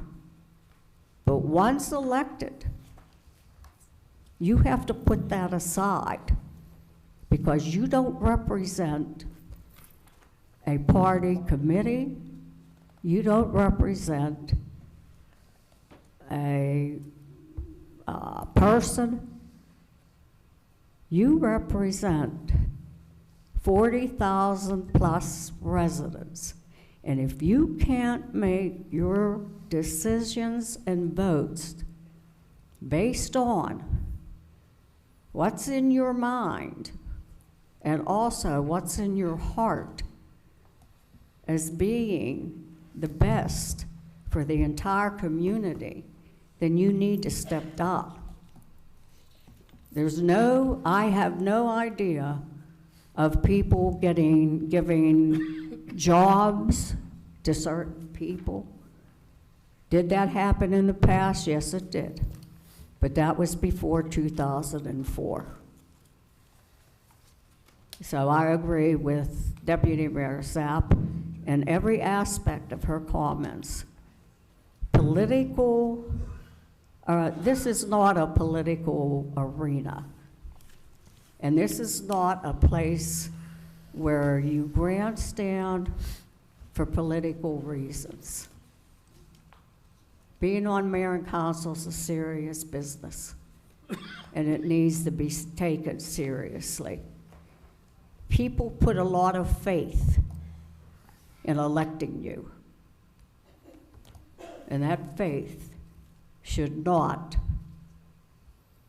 be destroyed. One, I don't know what's happening to our country.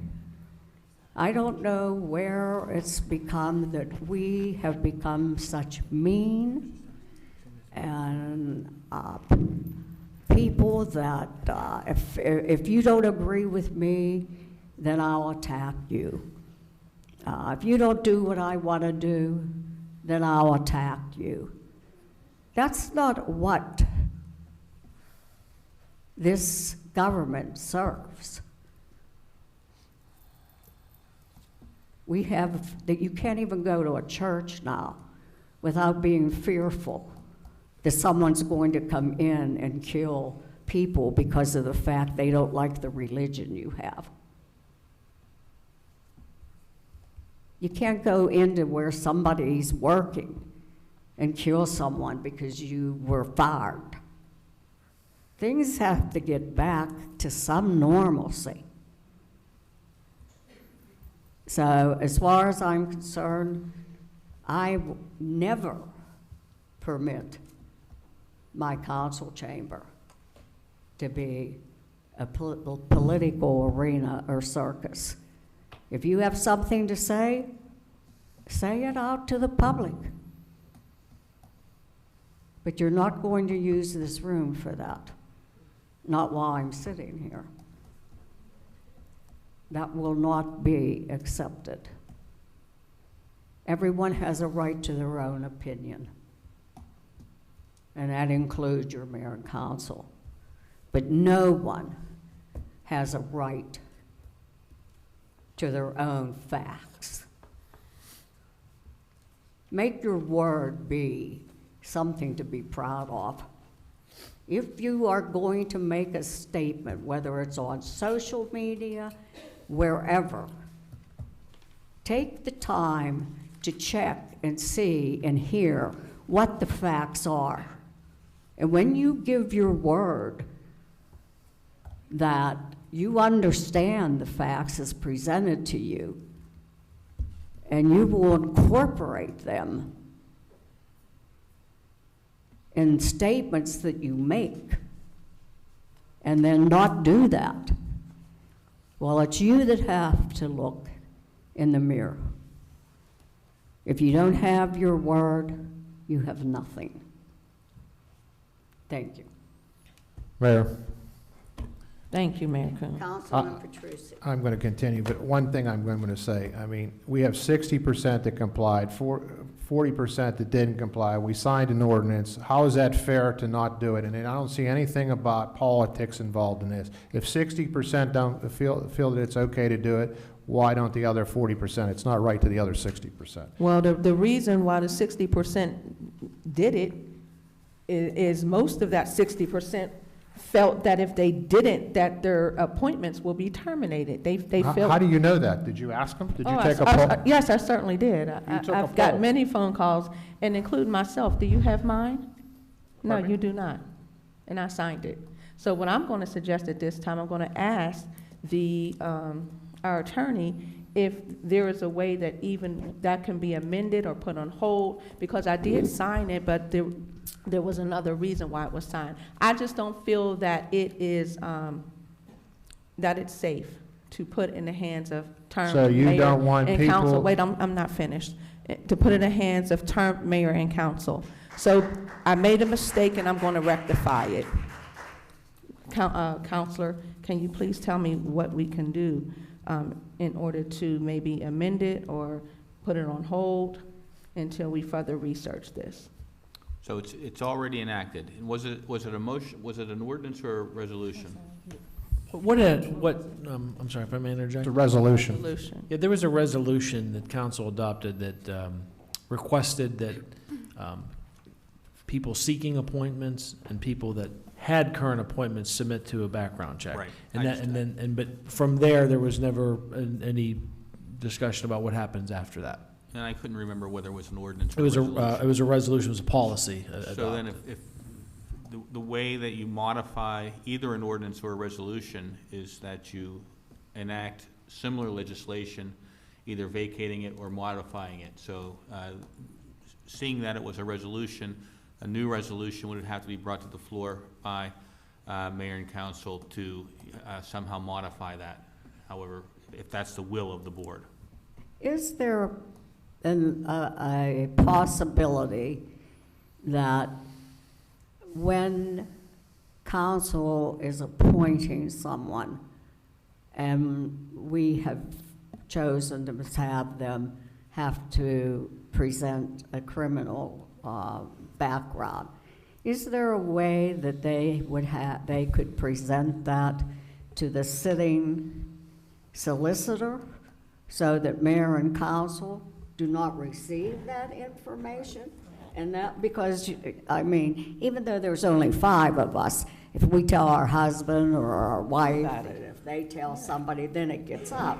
So is there some way that we could interject that they do have to present a criminal background check, but it has to be given to the sitting solicitor? And really, wouldn't that be that the solicitor could not give that information out because it's privileged information? Sure. Do you think that would work? Yeah. Absolutely. You could, that's one way to Would handle that it. Yeah, then he could give the opinion whether the person Because to be that removed or not. way, we are achieving what we want, but we are not putting out to the public Right. someone's personal information. Would that be all right, Kathy? I think that's sounding a lot better.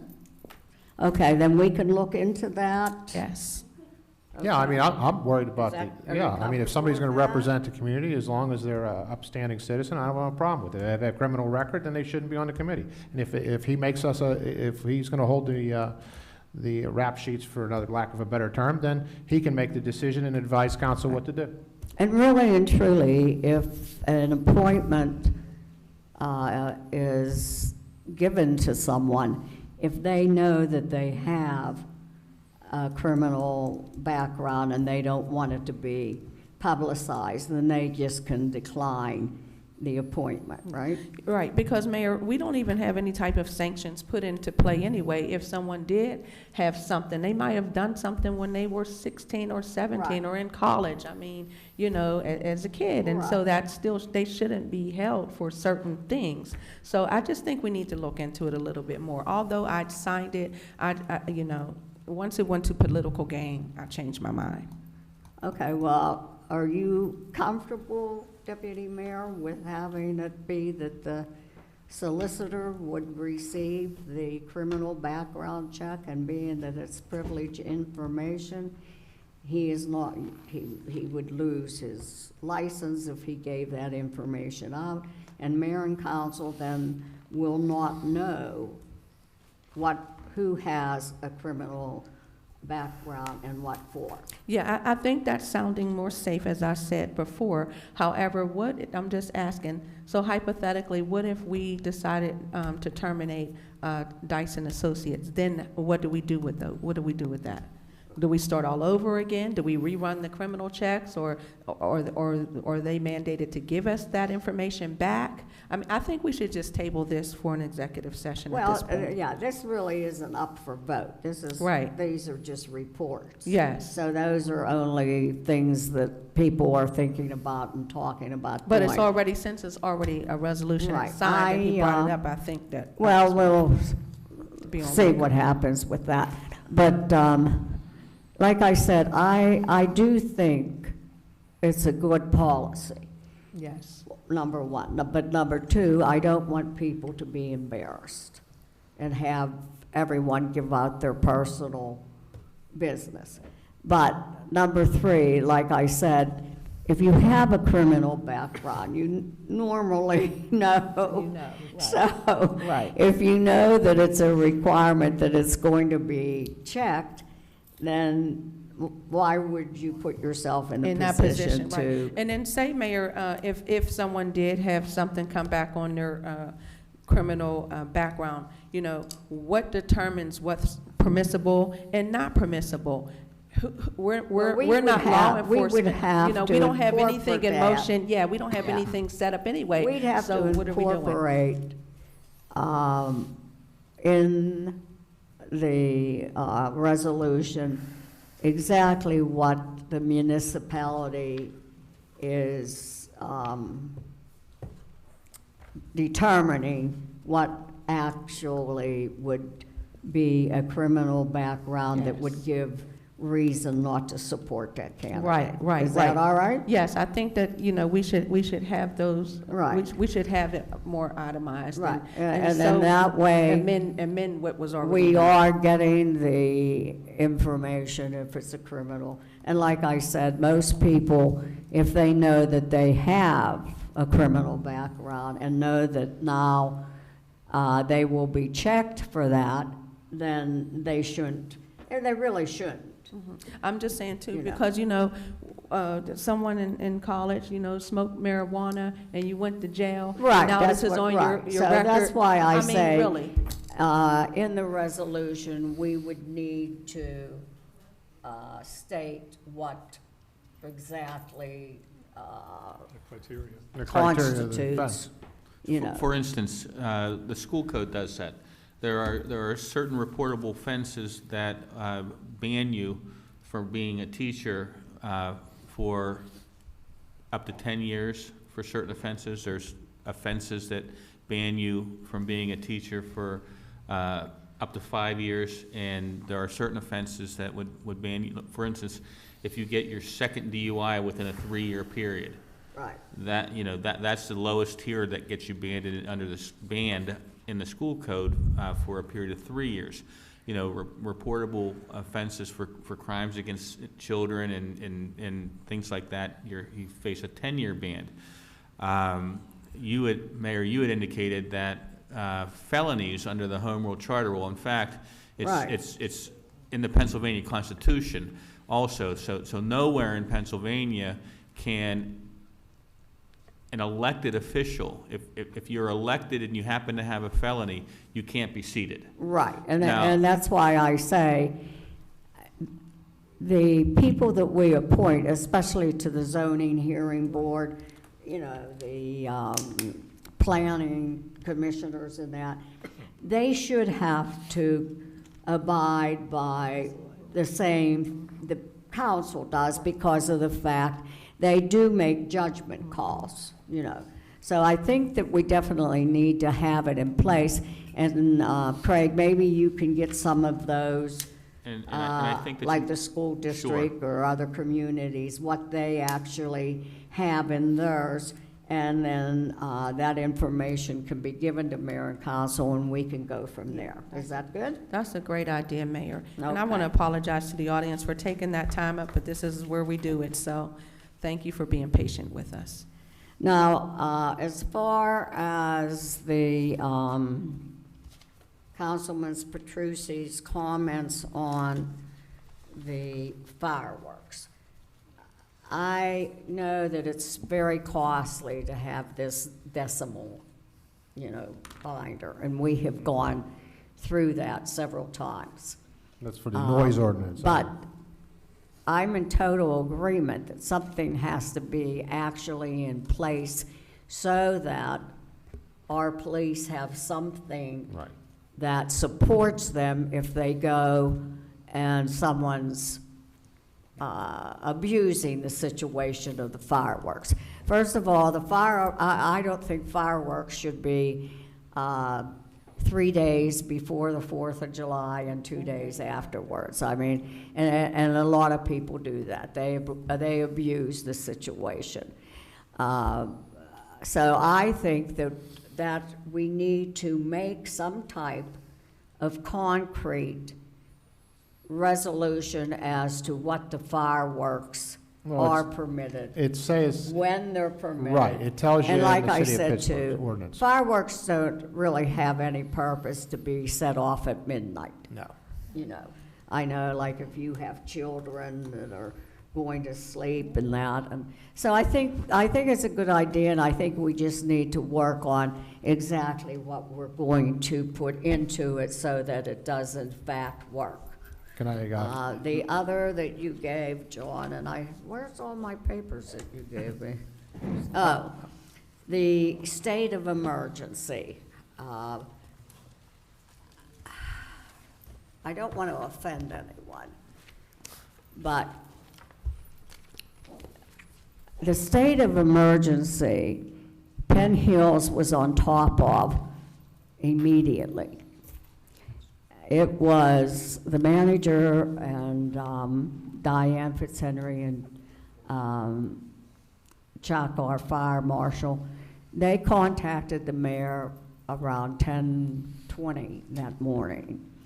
And we were in constant contact with FEMA, correct, Scott? Our staff, our EMS director and our fire marshal, they were on a real-time basis monitoring what was happening.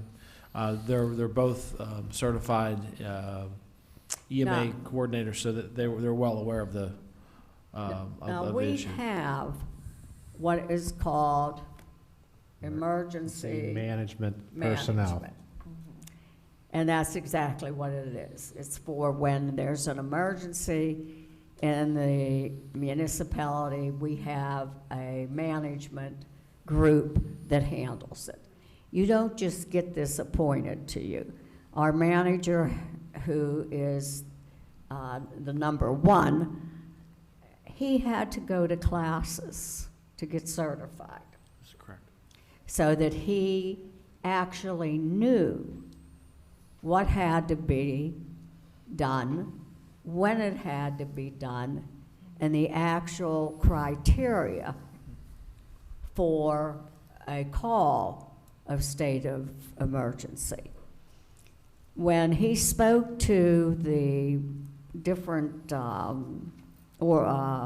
FEMA and state, what have you, he gave the information that Penn Hills was under.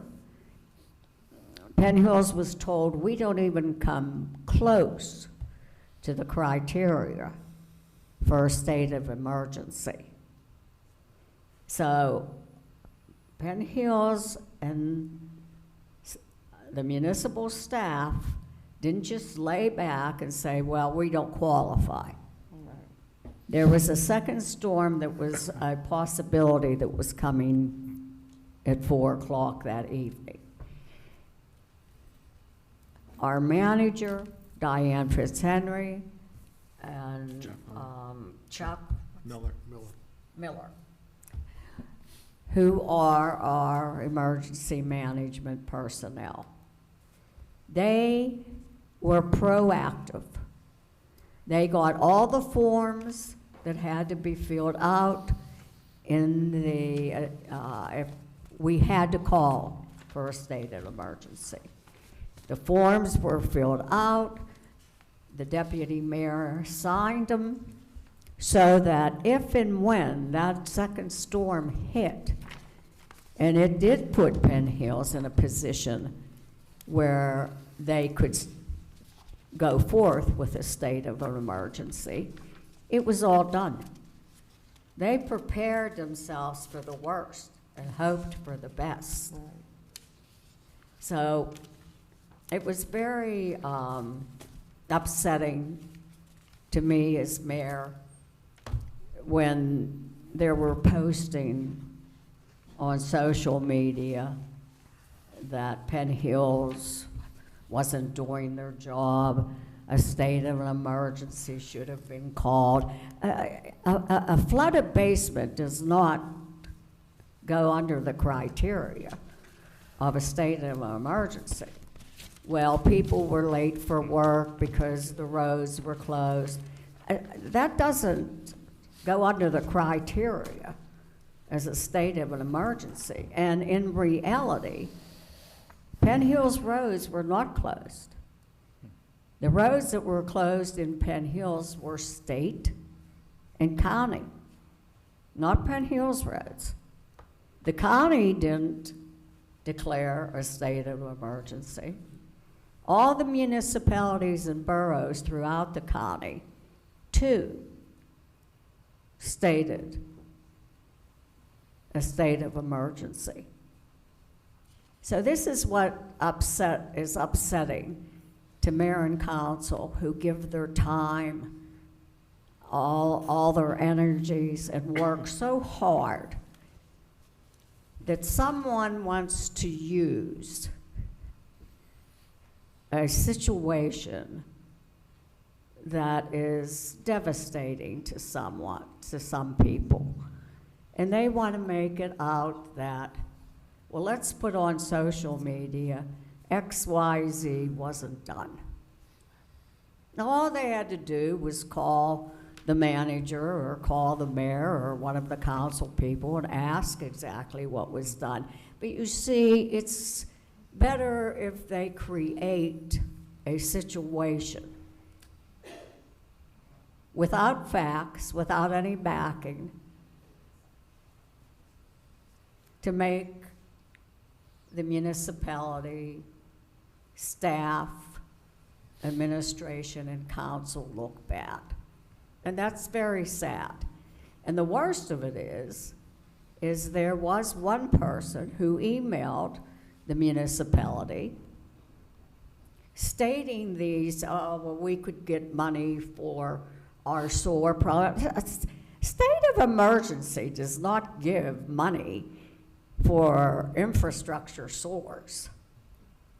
So I called this person immediately, and I spoke to this person for over 20, 25 minutes, explaining in detail everything that the municipality, staff, management, mayor, and council have done.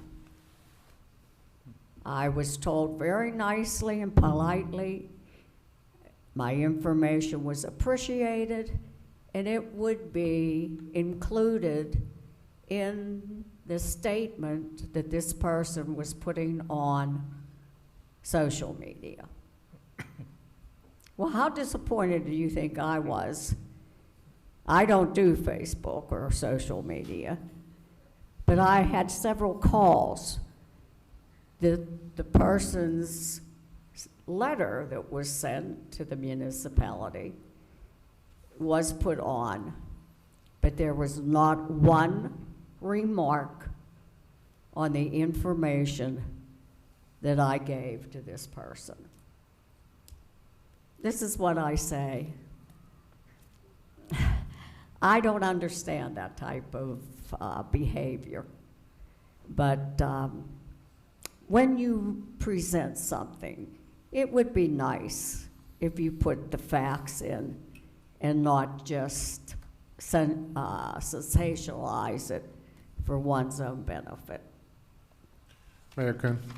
So that's the state Mayor- of Mayor Kuhn. emergency, and we did fireworks, and now I gotta finish my we report. also have, just a minute, John, the political signs.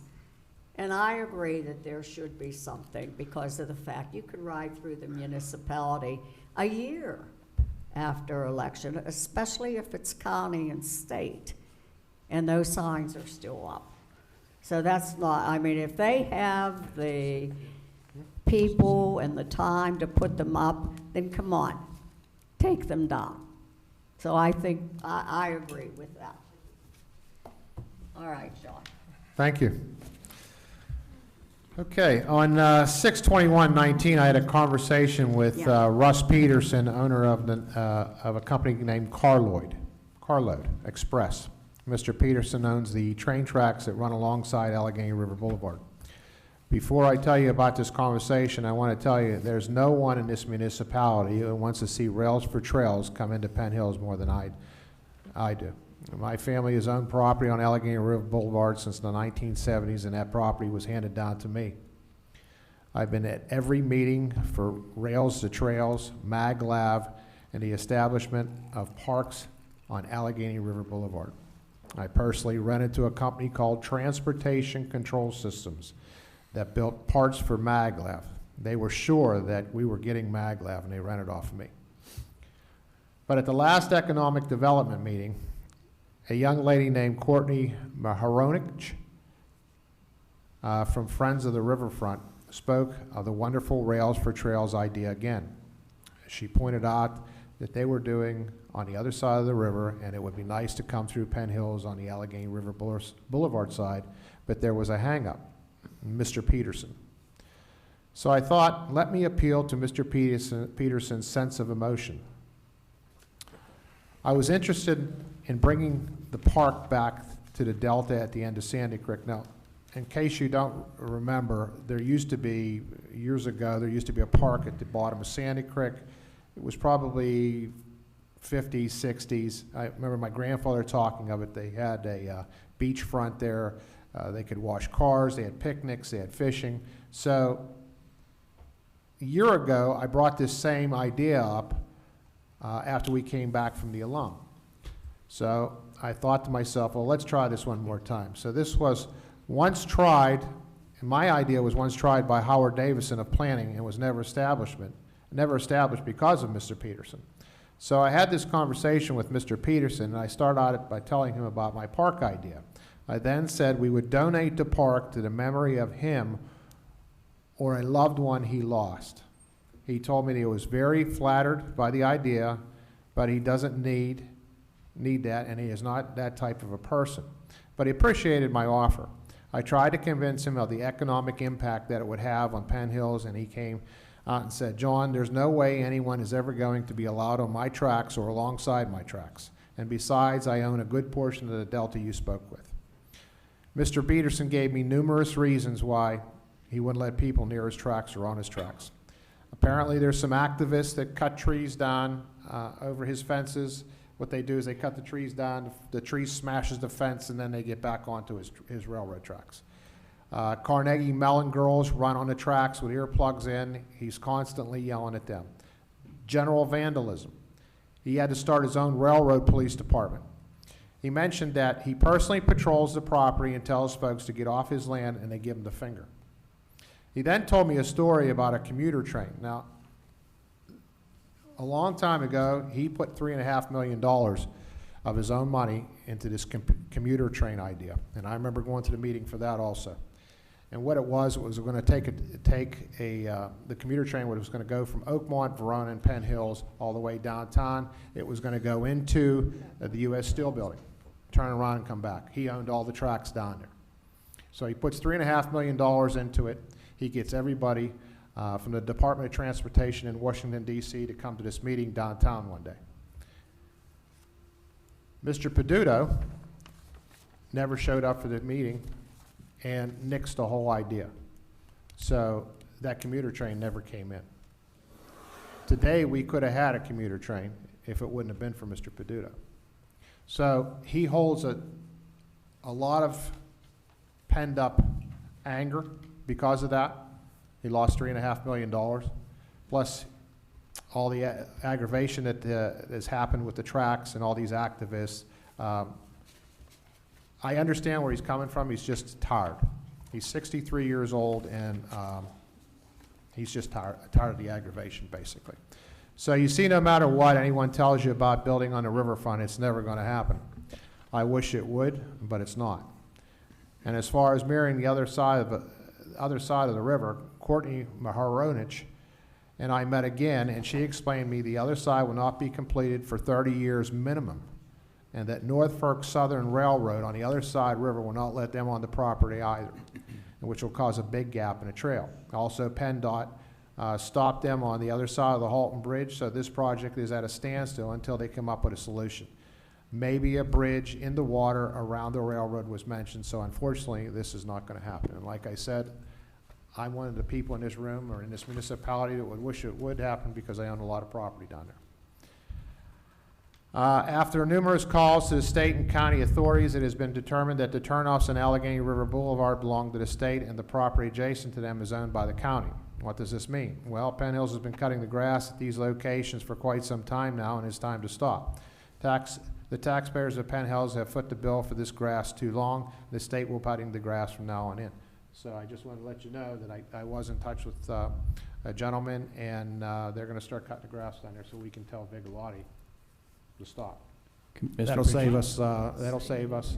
Mr. Yeah. Petrucci, can I interject before you continue? I just want to say a couple things about the trail. And on Tuesday the 23rd, that's next Tuesday, there's going to be a meeting in here. What you alluded to before was a feasibility study for a trail basically from Oakmont to the zoo. And we did that in 2003, and it passes by your property. And Mr. Peterson has been a real thorn in any kind of possibility of having any trail there. However, in this room on Tuesday, the 23rd, I'm working on another feasibility study, which would take a trail from the Allegheny River Boulevard, Oakmont, to Boyce Park.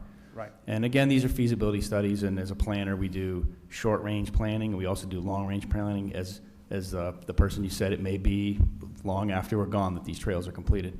Right. But I just want to point out that even though there are those roadblocks, we continue to pound away and try to get these things done. And so, but we last year, Mayor and Council approved funding for our portion of a grant. We're working with Verona, Oakmont, Plum, and Penn Hills together. And it's interesting, some of those are the same folks I worked with on the original feasibility trail. And there was really no chance that no one had interest in trying to shove that through to get that through. So then, but this is the county's very interested because Allegheny County wants to join all the parks, all the county parks. So they have a real interest in pushing this Are you dealing along. directly with the county?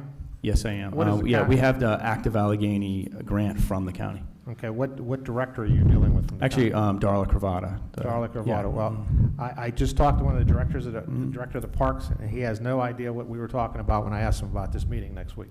Yeah.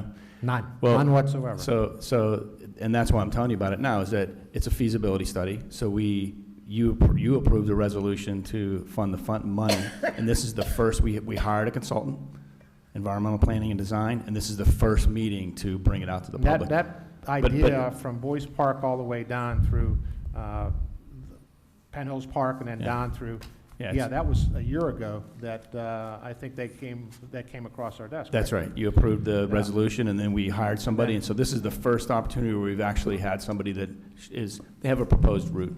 And then, but all those, you remember, you may recall we received $450,000 to build the park at the Delta on Sandy Creek, and Mr. Peterson put it in. Mr. Peterson, this is the second time I've talked to Mr. Peterson, and he's not giving up. Okay? Yeah, but I think that this new effort now to try to go from Boyce to Oakmont, I think is a good thing. And then I think once you have that trail also, it may even assist us in trying to go further over the river, other places, or to the zoo. Those are kind of. But you're going to have to cut through Mr. Peterson's property. Maybe not. We'll see. Okay, we'll see. But also the fact that a county representative doesn't know the project we're working on, I don't know if that reflects on me or on Well, he has no idea because I talked to him last week. I have a question. Sure. About the grass down there. What did we say about that? We want to have Vigalotti to stop cutting it? I can't. Vigalotti cuts the grass on both of the turnouts. Right now, we're paying about $700 for that. So the county, I talked to the state, and the state's willing to cut the grass now. Wait, well, we're under a contract, right, with them to cut that grass? Or are they just cutting it out of the kindness of their heart as a compliment to the municipality, Scott? No, it's part of the landscaping contract that they cut about 30 municipal properties. So if, and I don't know who you talked to at the state, but if someone else is on it, if someone is saying that at the state that they're going to cut it, we'd have to have a discussion. Yeah, you just can't cut a contract and just say we're not going to have them cut the grass anymore. We have to talk about that first. You can't just come out of a contract just because. Well, the state's cutting the grass now, so I don't know what Vigalotti's going to cut. They're going to go down there and start cutting. No, I think that's something that, Scott, you need to handle and not any of us, because we're under a contract with them and you deal directly with that contract, right? What I'll do is I'll reach out to Vigalotti and your contact just to make sure that Right, they I'll are give you in all fact the gonna cut it. information. Because if it doesn't get cut, it is gonna reflect on us in some It'll way. reflect on Penn Hill, so I don't think that no one should go, we should not be going to Vigalotti to say, we're not cutting the grass anymore, the state is cutting the grass, that can't happen. Deputy Mayor? Yeah, but we don't own the property. It doesn't matter, we're in a contract. We're trespassing. No. Yes. We're in a contract, Because I just though. went through this with Bill over here, okay? If you let me finish, I'll tell you what else happened down there. I put a side note, Bill moved to the We're CDC. not, you can't just say you're not cutting it. You CDC, in can't tell touch with somebody the they're not county and cutting state the grass. authorities, and he was getting permits to renewed for these sites so they can plant flowers and stuff down there. They need permits for all that. I mean, that's... All I'm that's- saying is, Scott, as the business manager, you're the only one who can say that with the approval with the mayor and council. You can't just, you can't just a council person can't go to a vendor and say, stop cutting the grass. I'm just hearing this for the first time, so I would have to look into it. I'm hearing that we have a contract with somebody to cut grass, and now I'm hearing that we might not even own the grass that we're cutting. We don't. So I'd like to look at the contract. I'd like to see the circumstances behind the contract on why we have that, and figure out why we're cutting grass that we don't own. Okay. I mean, And how long have we been cutting the do we have an grass? intermunicipal agreement? Do we have some sort of agreement with the state that requires us to do that? No, the municipality's been involved in that site for a long time with the CDC and different organizations. And I've personally taken a mower down there many years ago. Howard Davidson did, people did that. And I think what happened is that the municipality started cutting it, or there was some sort of arrangement where they said that they would help out, and it's part of the beautification. There's a Welcome to Penn Hill sign there. So I think it was an effort for the municipality to contribute to the Welcome to Penn Hills sign and the beautification of that site. And I've been here 25 years. I think it was 20 years ago I might have cut that Yeah, grass. and if we're paying them, then we had to go into a contract. Yeah, if they're but I think receiving it was money from something, the it was a municipality. it was the municipality's contribution to the beautification of that site that prompted it cutting grass that we don't own.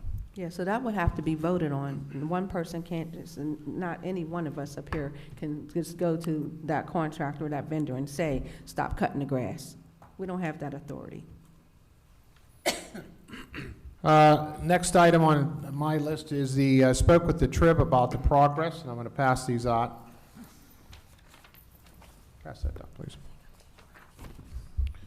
Now, if you notice, once you get these, item C, it'll tell you that 6,600 folks in our community does not get the progress.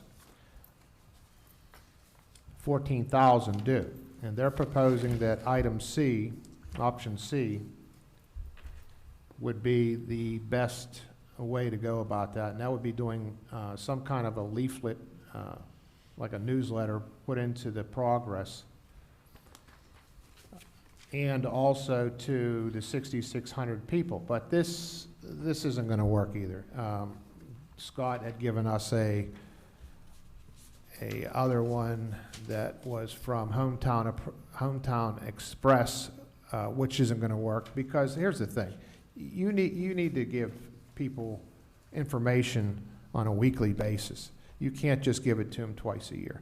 I think the texting program that I initially said before from a phone would be the proper way to get information out to the municipalities, residents, just like in a time of crisis. But to try to do these and spending the money and then go through Trib Media, I don't think it's worth it. I really don't. I mean, it's there for you to review. The 17 cents was they're saying if we take it to the post office, it's going to cost 17 cents a piece, and you're paying it for $6,600.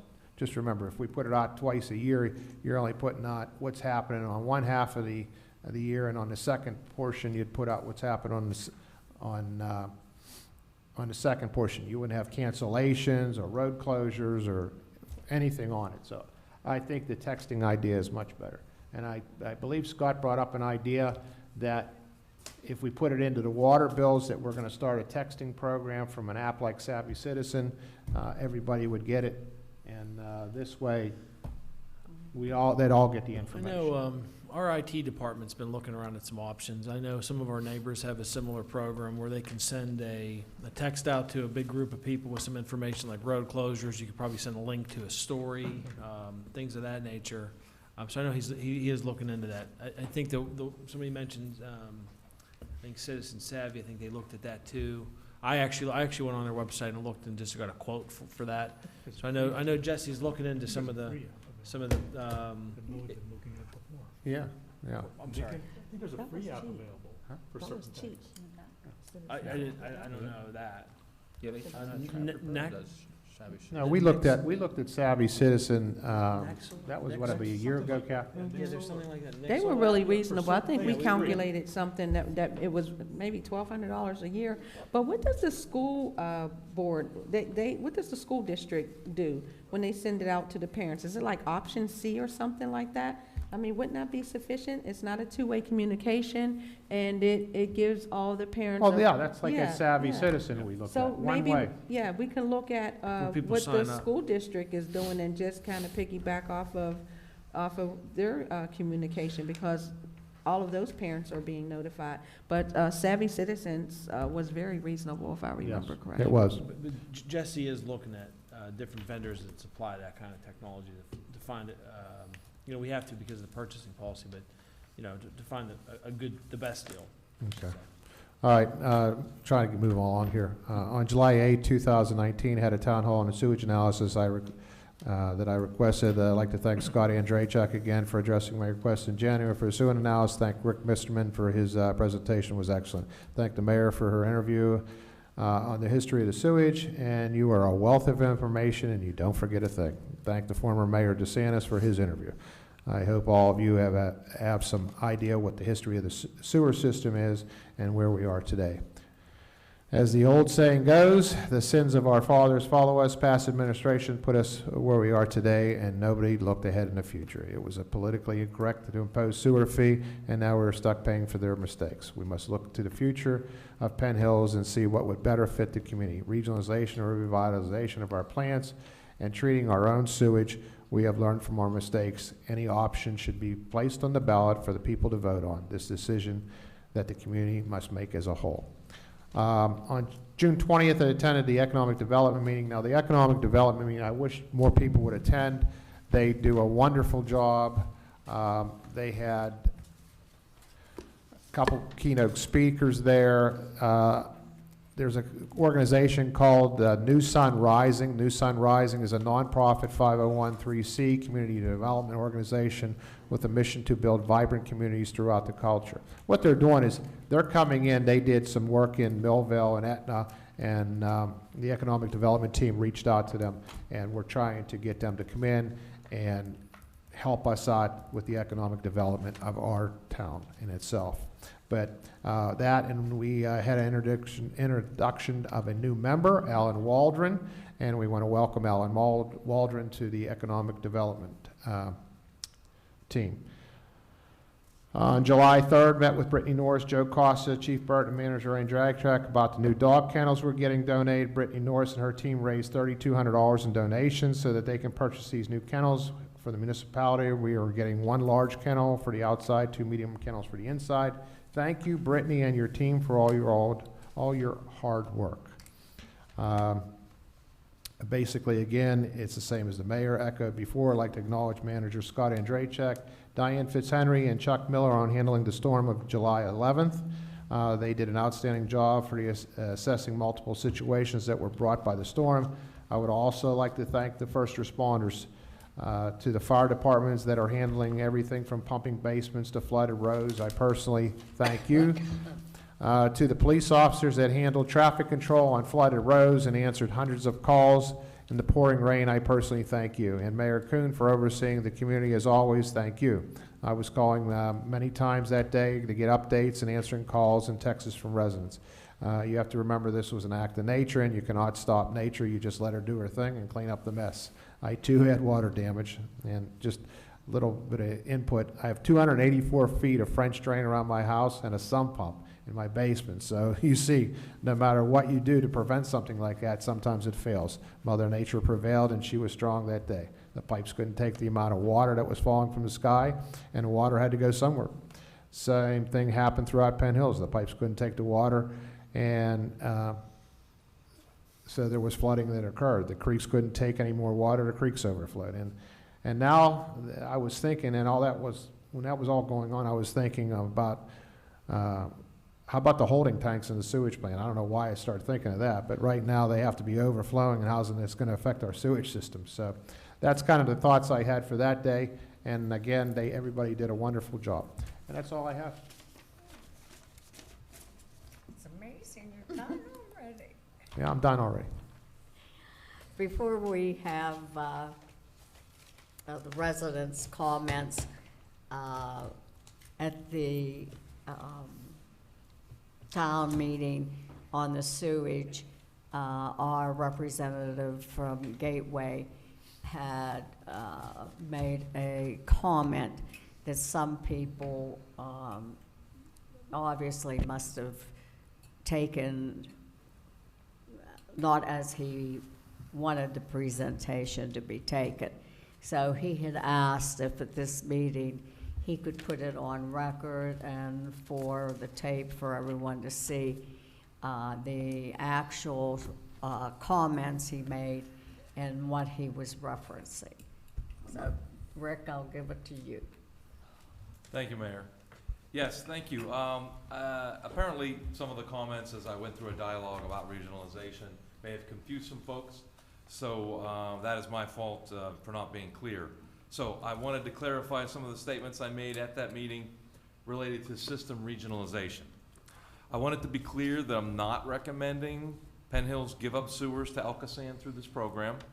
At the presentation, I tried to present both sides of the issue to inform residents of the program and even provide some general pros and cons of the Elkasan program. I discussed that Penn Hills will still maintain the debt of the system. And do we want to continue to pay for sewers that we don't own anymore? Just posing a question. Based on what Elkasan has presented to Penn Hills so far, it is not beneficial to Penn Hills to relinquish sewer lines to Elkasan.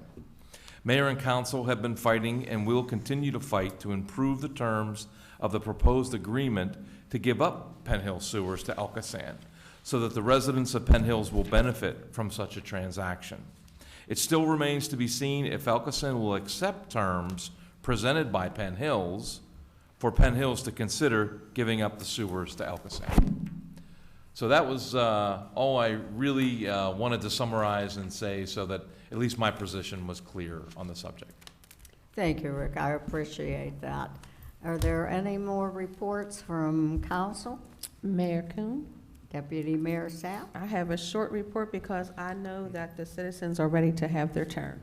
I just want to report that on the date of our storm before this last one, I don't have the date in front of me, there was a downed tree and I witnessed, and I'm so sorry that the chief left already because I wanted him to take this report back to his officers.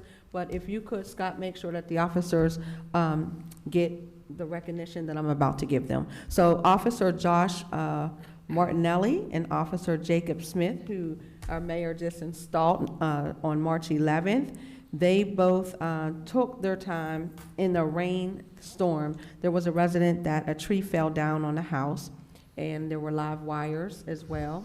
It was a dangerous situation. The homeowner that the tree fell on was not happy. However, those officers were very concerned about the tree blocking the resident's home in the event that there would be an emergency. They asked for a chainsaw, and they actually came out and they chopped that tree up themselves. The resident should have got out and chopped the tree up, his own tree.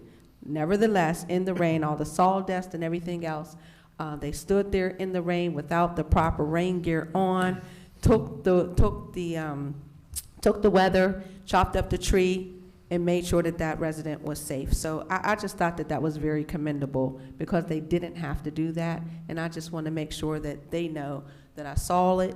I definitely give them the praise and honor because they didn't have to do that. They went above and beyond their call of duty, but that just goes to show you how Penn Hills officers really do care about our residents. So if you could, Scott, please absolutely let 'em know. give that recognition to Officer Josh Martinelli and Officer Jacob Smith.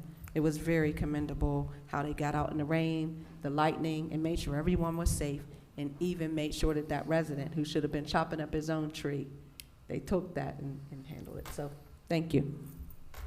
That was a really wonderful way to end our meeting, Kathy, on such a high note, showing how our police officers go the extra mile. So,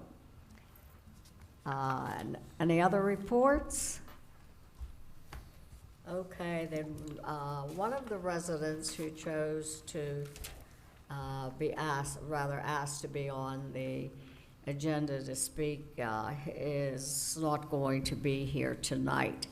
So we have a resident, Mary Ruth All.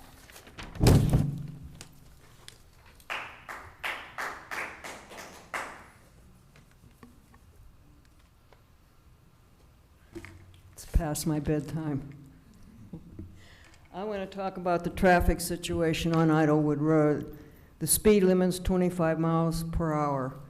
Residents on Idlewood Road have lived with this issue of speeding on our street for many years. It has become increasingly worse, especially over the last 2 years.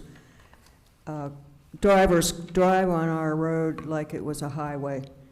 20-some years ago, I complained to the then Mayor DeSantis, who posted a 25-mile-per-hour speed sign across the street from my house, but no enforcement of the law, and there are many signs on the road that say 25 miles per hour. Now, within the past 6 to 9 months, we have had a head-on collision in the 400 block, car crashing into the post in front of 149 Idlewood Road and towed away, 2 hit-and-runs, one in front of 135, and the residents chased down the car to get the driver, and recently a hit-and-run in the 400 block, which 2 of the residents on Idlewood Road also came tonight to support this issue. The one may not have been here tonight because he walks his dog right where the hit-and-run driver rode by, and it was going so fast, he or she knocked the car that was in the resident's driveway into the lawn. I personally have been almost hit at the bend of the road in front of 149 times 2.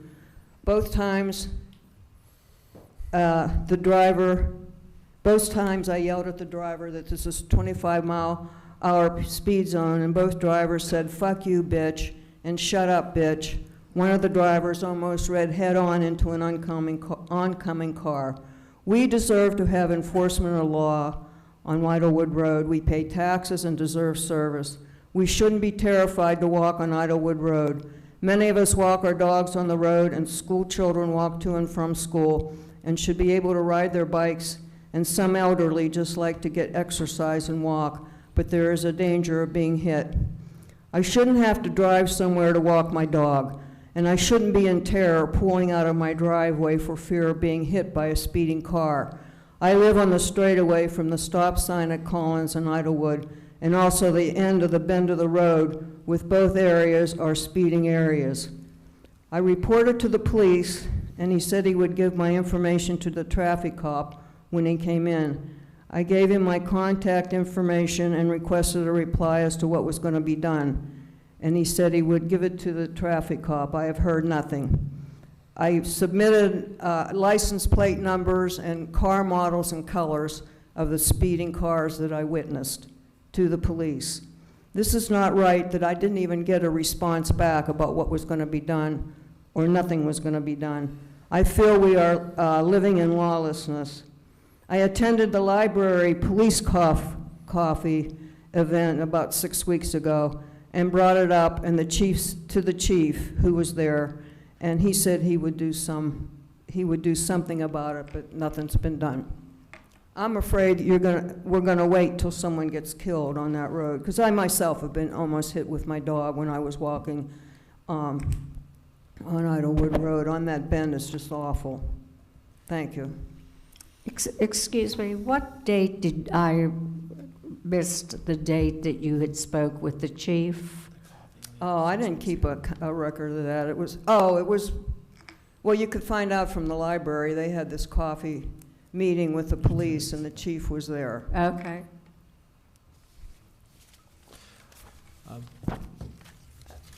I'm going to ask the manager Sure.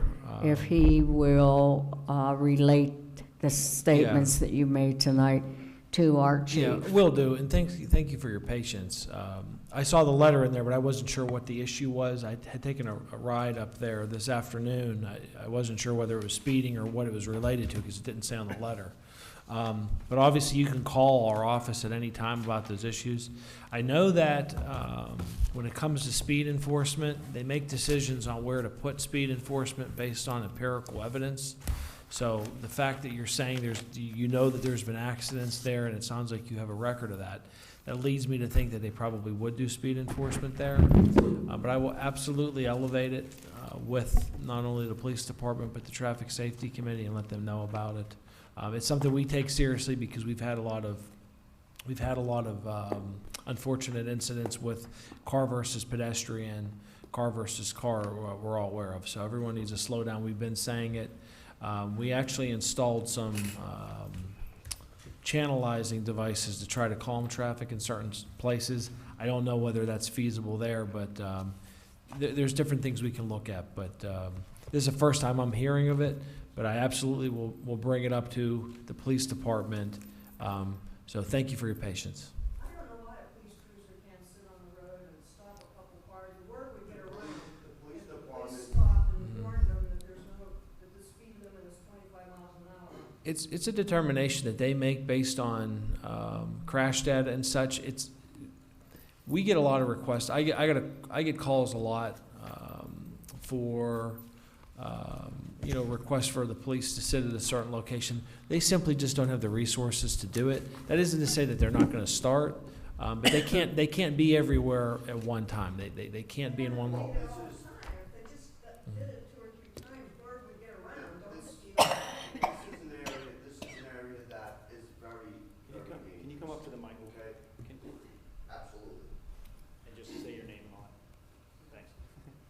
I'm sorry to interrupt. My name's Angel Santana, and I live at 351 Idlewood Road.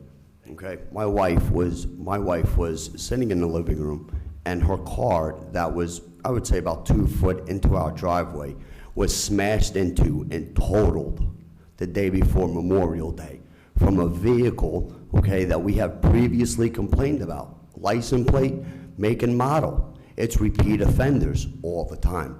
I don't know if it's drug traffic coming from the townhouses down near Orchard or what, but it's the same people over and over. Trying to drive on that road, how do you look around a bend, okay, when you can't see because there's bushes, but you only have one choice, to go around the cars that are illegally parked, okay, that sit on the side of the road, so it cuts it down into one lane. Somebody's gonna die. There's gonna be a head-on collision. Somebody's gonna get hit. I don't walk my dogs on that road. I don't dare. I don't dare. Like I said, I own a business, I own a home, and I don't feel safe to walk my dogs. It's crazy. We've complained before, nothing's been done. We need action, please. This is the first time I've heard of it in this room, so give us a chance to react to it, and we will be in touch and follow up. I'm very familiar with that bend. Or you're talking about the bend that goes down Orchard and you go down to get on to Bill Fralick building. That bend, as you say, is taking your life in your own hands because of the fact that there is no good view from there. So if you could contact the chief, and also if you could see exactly how many accidents have taken place, because that would give us more leverage on it too. But it's a safety factor, and it needs to be addressed. And we ask our residents to bring information to us and to take down license plates, cars, and what have you. So we can't ask for that, for them to give us that information and then not act on it. So if you could get some type of report from the chief, and if you have the phone number, I'd like you to make sure that you contact the residents, even if it's not in a positive way. They still should be contacted when they present something at a council meeting. So like I said, if you could contact the chief, ask him to do some research on it, and that way we can get back to the residents. I don't want it to be that the residents come up to speak and give information and then are never contacted. Mayor Kuhn? May I ask a question, Mayor? Go ahead. Did you say that there was a head-on collision already? Okay. The hit and run was where my vehicle wasn't involved. It was the woman who came around the bend. Her tires were squealing, and my wife just happened to look out our living room window and smacked. So 7:30 in the morning, she spills her coffee on the couch and runs out onto the porch while this woman tries to put her car into drive, and her front end is pushed in. Is that the head-on collision you're talking about? No. No, okay, all right. Okay, so That's another one. how long ago was that? That's another one. Okay, how long was the head-on collision is what I want to know. How long ago was the head-on collision? Was it this year, last year? Oh, yeah, it was this year. This year, head-on collision, okay. So Scott, is there any way that maybe, traffic safety, maybe we can consider a, speed bump? I don't know what all goes into that, but, well, I don't know what all goes into it, but if there's any way possible, maybe if we can get a speed bump on there, then that would definitely handle the situation. But I'm not promising anything, I'm just trying to come up with a solution. Kathy, I just wanted to ask, are speed bumps illegal? They are. Oh, sorry. They are illegal. They do have something called speed humps, which is a less pronounced bump. Well, that would be. Okay, speed hump, let me change that verbiage. I didn't know there was a difference between a hump and a bump, but anyway, yeah. Plus, when it snows, Yeah. the truck has to lift the blade up. Right, that's the problem. And then go over it, and then come down. But Plum There's time. Yeah, Plum Okay. has So those speed on, bumps don't really cut it. well, I know that, I was going a little fast in Plum, and I didn't realize that they had a speed hump. And I bet I slowed down before I got to that next one, so. The only reason I mentioned that is because a few years past, it came up that we wanted to put speed bumps Okay, so on hump. right, Hump. and our solicitor had told us that you're legally not permitted. I don't think they're even permitted in the shopping centers. Well, those are private Those are drives, private. so I'm not certain about Okay. that, but So we'll look into a speed hump maybe. Right, We'll look into that, and then our Right. business manager or the mayor will get back with you. Right. You need stop signs? You said you need stop signs? Yes, that would definitely. Step up to the mic. There's some. Go ahead. Hi, my name's Richard Piper. I live next to Mr. Santana, and I just want to say, the morning that his wife's car was hit, I was ready to step out of my driveway to walk my dog. If I would have been a minute earlier, I would have been definitely hit or killed or shot my dog. There's always speeders up and down there all the time. I went to the Penn Hills Police Department the day before his car got hit and give him information, plate numbers, cars, descriptions of the people, the whole 9 yards. I talked to a sergeant up there for a good hour, give him all this information, had everything written down. Also, there's cars that's illegally parked on one side. When you're going to go down to Collins, you you're on Idlewood, you're gonna go down Collins, you have to wait for cars because of one side of the street is blocked. Is there no parking signs up? Yes, there is. That's Yes, the beauty of it. yes, they're all the time. It makes it a real pain to get around. You Now you can't. got to send the police down and start tagging all these cars. Yeah. And one more comment, please. I can understand why it's so obvious that the 400 block of Idlewood Road is full of drugs and drug traffickers and drug deals going on all the time. I see it when I walk my dogs up through. Is that It's where happening the, is all that where the time. duplexes are? Yes. Yes. I know. And I see it's going on all the time. It's so obvious. I cannot understand why the police, why they don't have a drug task force doing something. It's so obvious.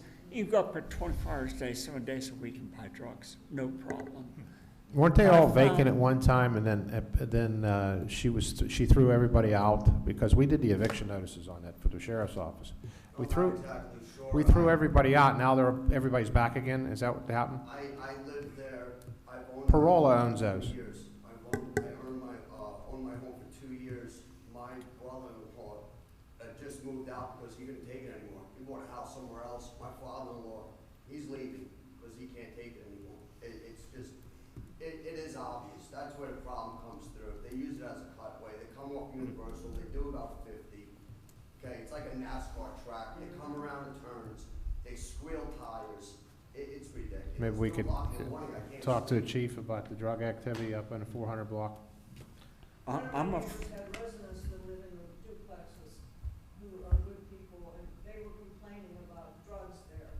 And I said to my friend, well, why don't they call the police? And they said, because the police won't do anything about it. Oh, Well, the mayor and council will certainly, we thank you, one, for coming out, because we don't know if you don't tell us, you know. That's right. There's only 5 of us, and Penn Hills is a huge municipality, so it takes you coming out and speaking to us, letting us know. So we thank you for doing so, and I can rest you assured that the mayor and council will definitely be looking into it for you. I can't understand And why that's- people who get caught selling drugs are still living there. I think there's laws for public housing that why, you know, when people have drug convictions and this and that, why are they still living there? Can't they get rid of them? I don't get it. I honestly don't understand. He was saying about your litter program. I think that's a wonderful idea. It is. But when I drive by there, there's mattresses out and it's Thursday night. And it stays there for a week, a box TV. For a week, it sits outside. Who's putting that out, the landlord I have or, no idea. or the people in the house? I guess it's the residents. I'm not sure. Well, you're here tonight, and you see our business manager, Scott Andre Jack. His office is always open, his phone rings, he picks it up, and he will call you back. And as the mayor stated, I'll give it to you in 1 second, as the mayor stated, you will get a phone call back from someone, she'll make sure of that. I don't know what the appropriate answer is to it. I mean, obviously, there's a lot of ideas that we're talking about. Some may be better than others. But it is something we'll follow up with the police department about, and we'll find the right answer for it. There's someone that. And there might be more than one answer. It's 412-342-1086, and I have your phone number. So just give me a little time, and I'll be getting back to you. I'll call you because your name's on here. You can let your neighbors know, but it doesn't sound like it's a problem that doesn't have a solution. Right. It's just a matter of finding the right answer to it. Okay. Thank you for coming. Thank you. My name is Nicole Janvier, and I live on Highland. And I first want to thank they're not my direct neighbors, but my Penn Hills neighbors for bringing this to the forefront.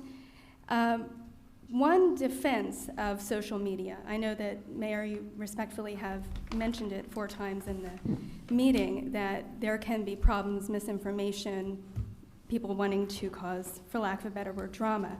But I knew about this meeting. I knew about that other neighbors were having issues with traffic because of social media, not Facebook, but other methods. And I think that one of the reasons why people go to social media is because we're not here. You guys are only a few members of our community.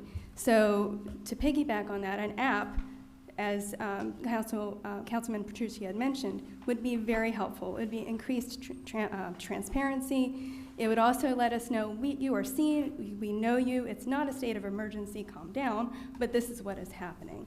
So I'm definitely on board with that. There is an app, just so you know. Yes, there Yeah, is. I know, yeah, okay. It's not, I am aware of it's the app. There's limits on what it is capable to do, but there is an app that's run by a volunteer. Yes. It gets a lot of the stories out and so on, so. Yeah, there's the Nextdoor app, and that's one of the ones that I was aware of.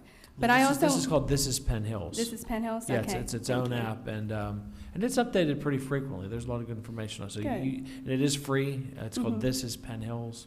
And that's wonderful. And but to mention about the traffic issue, on Highland, we have people that cut through that neighborhood and speed very, very fast. I would say up to 60, sometimes 70 miles per hour, and there's one straightaway.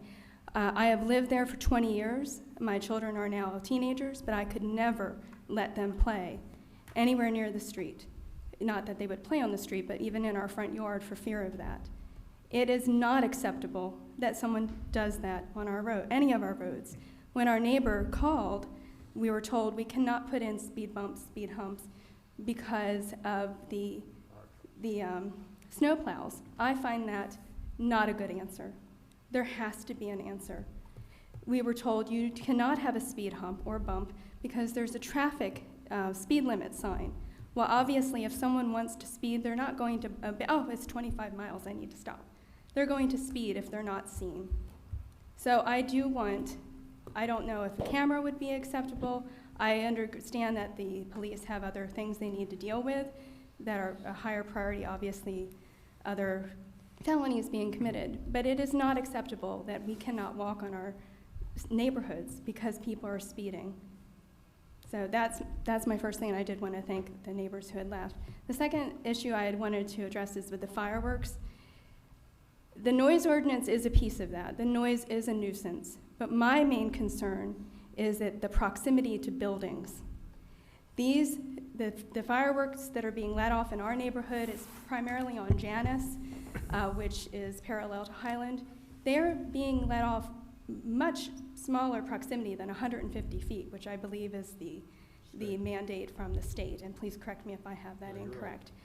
It is in their backyard near old growth trees, well within 150 feet of my home, within 10 feet of the building next door.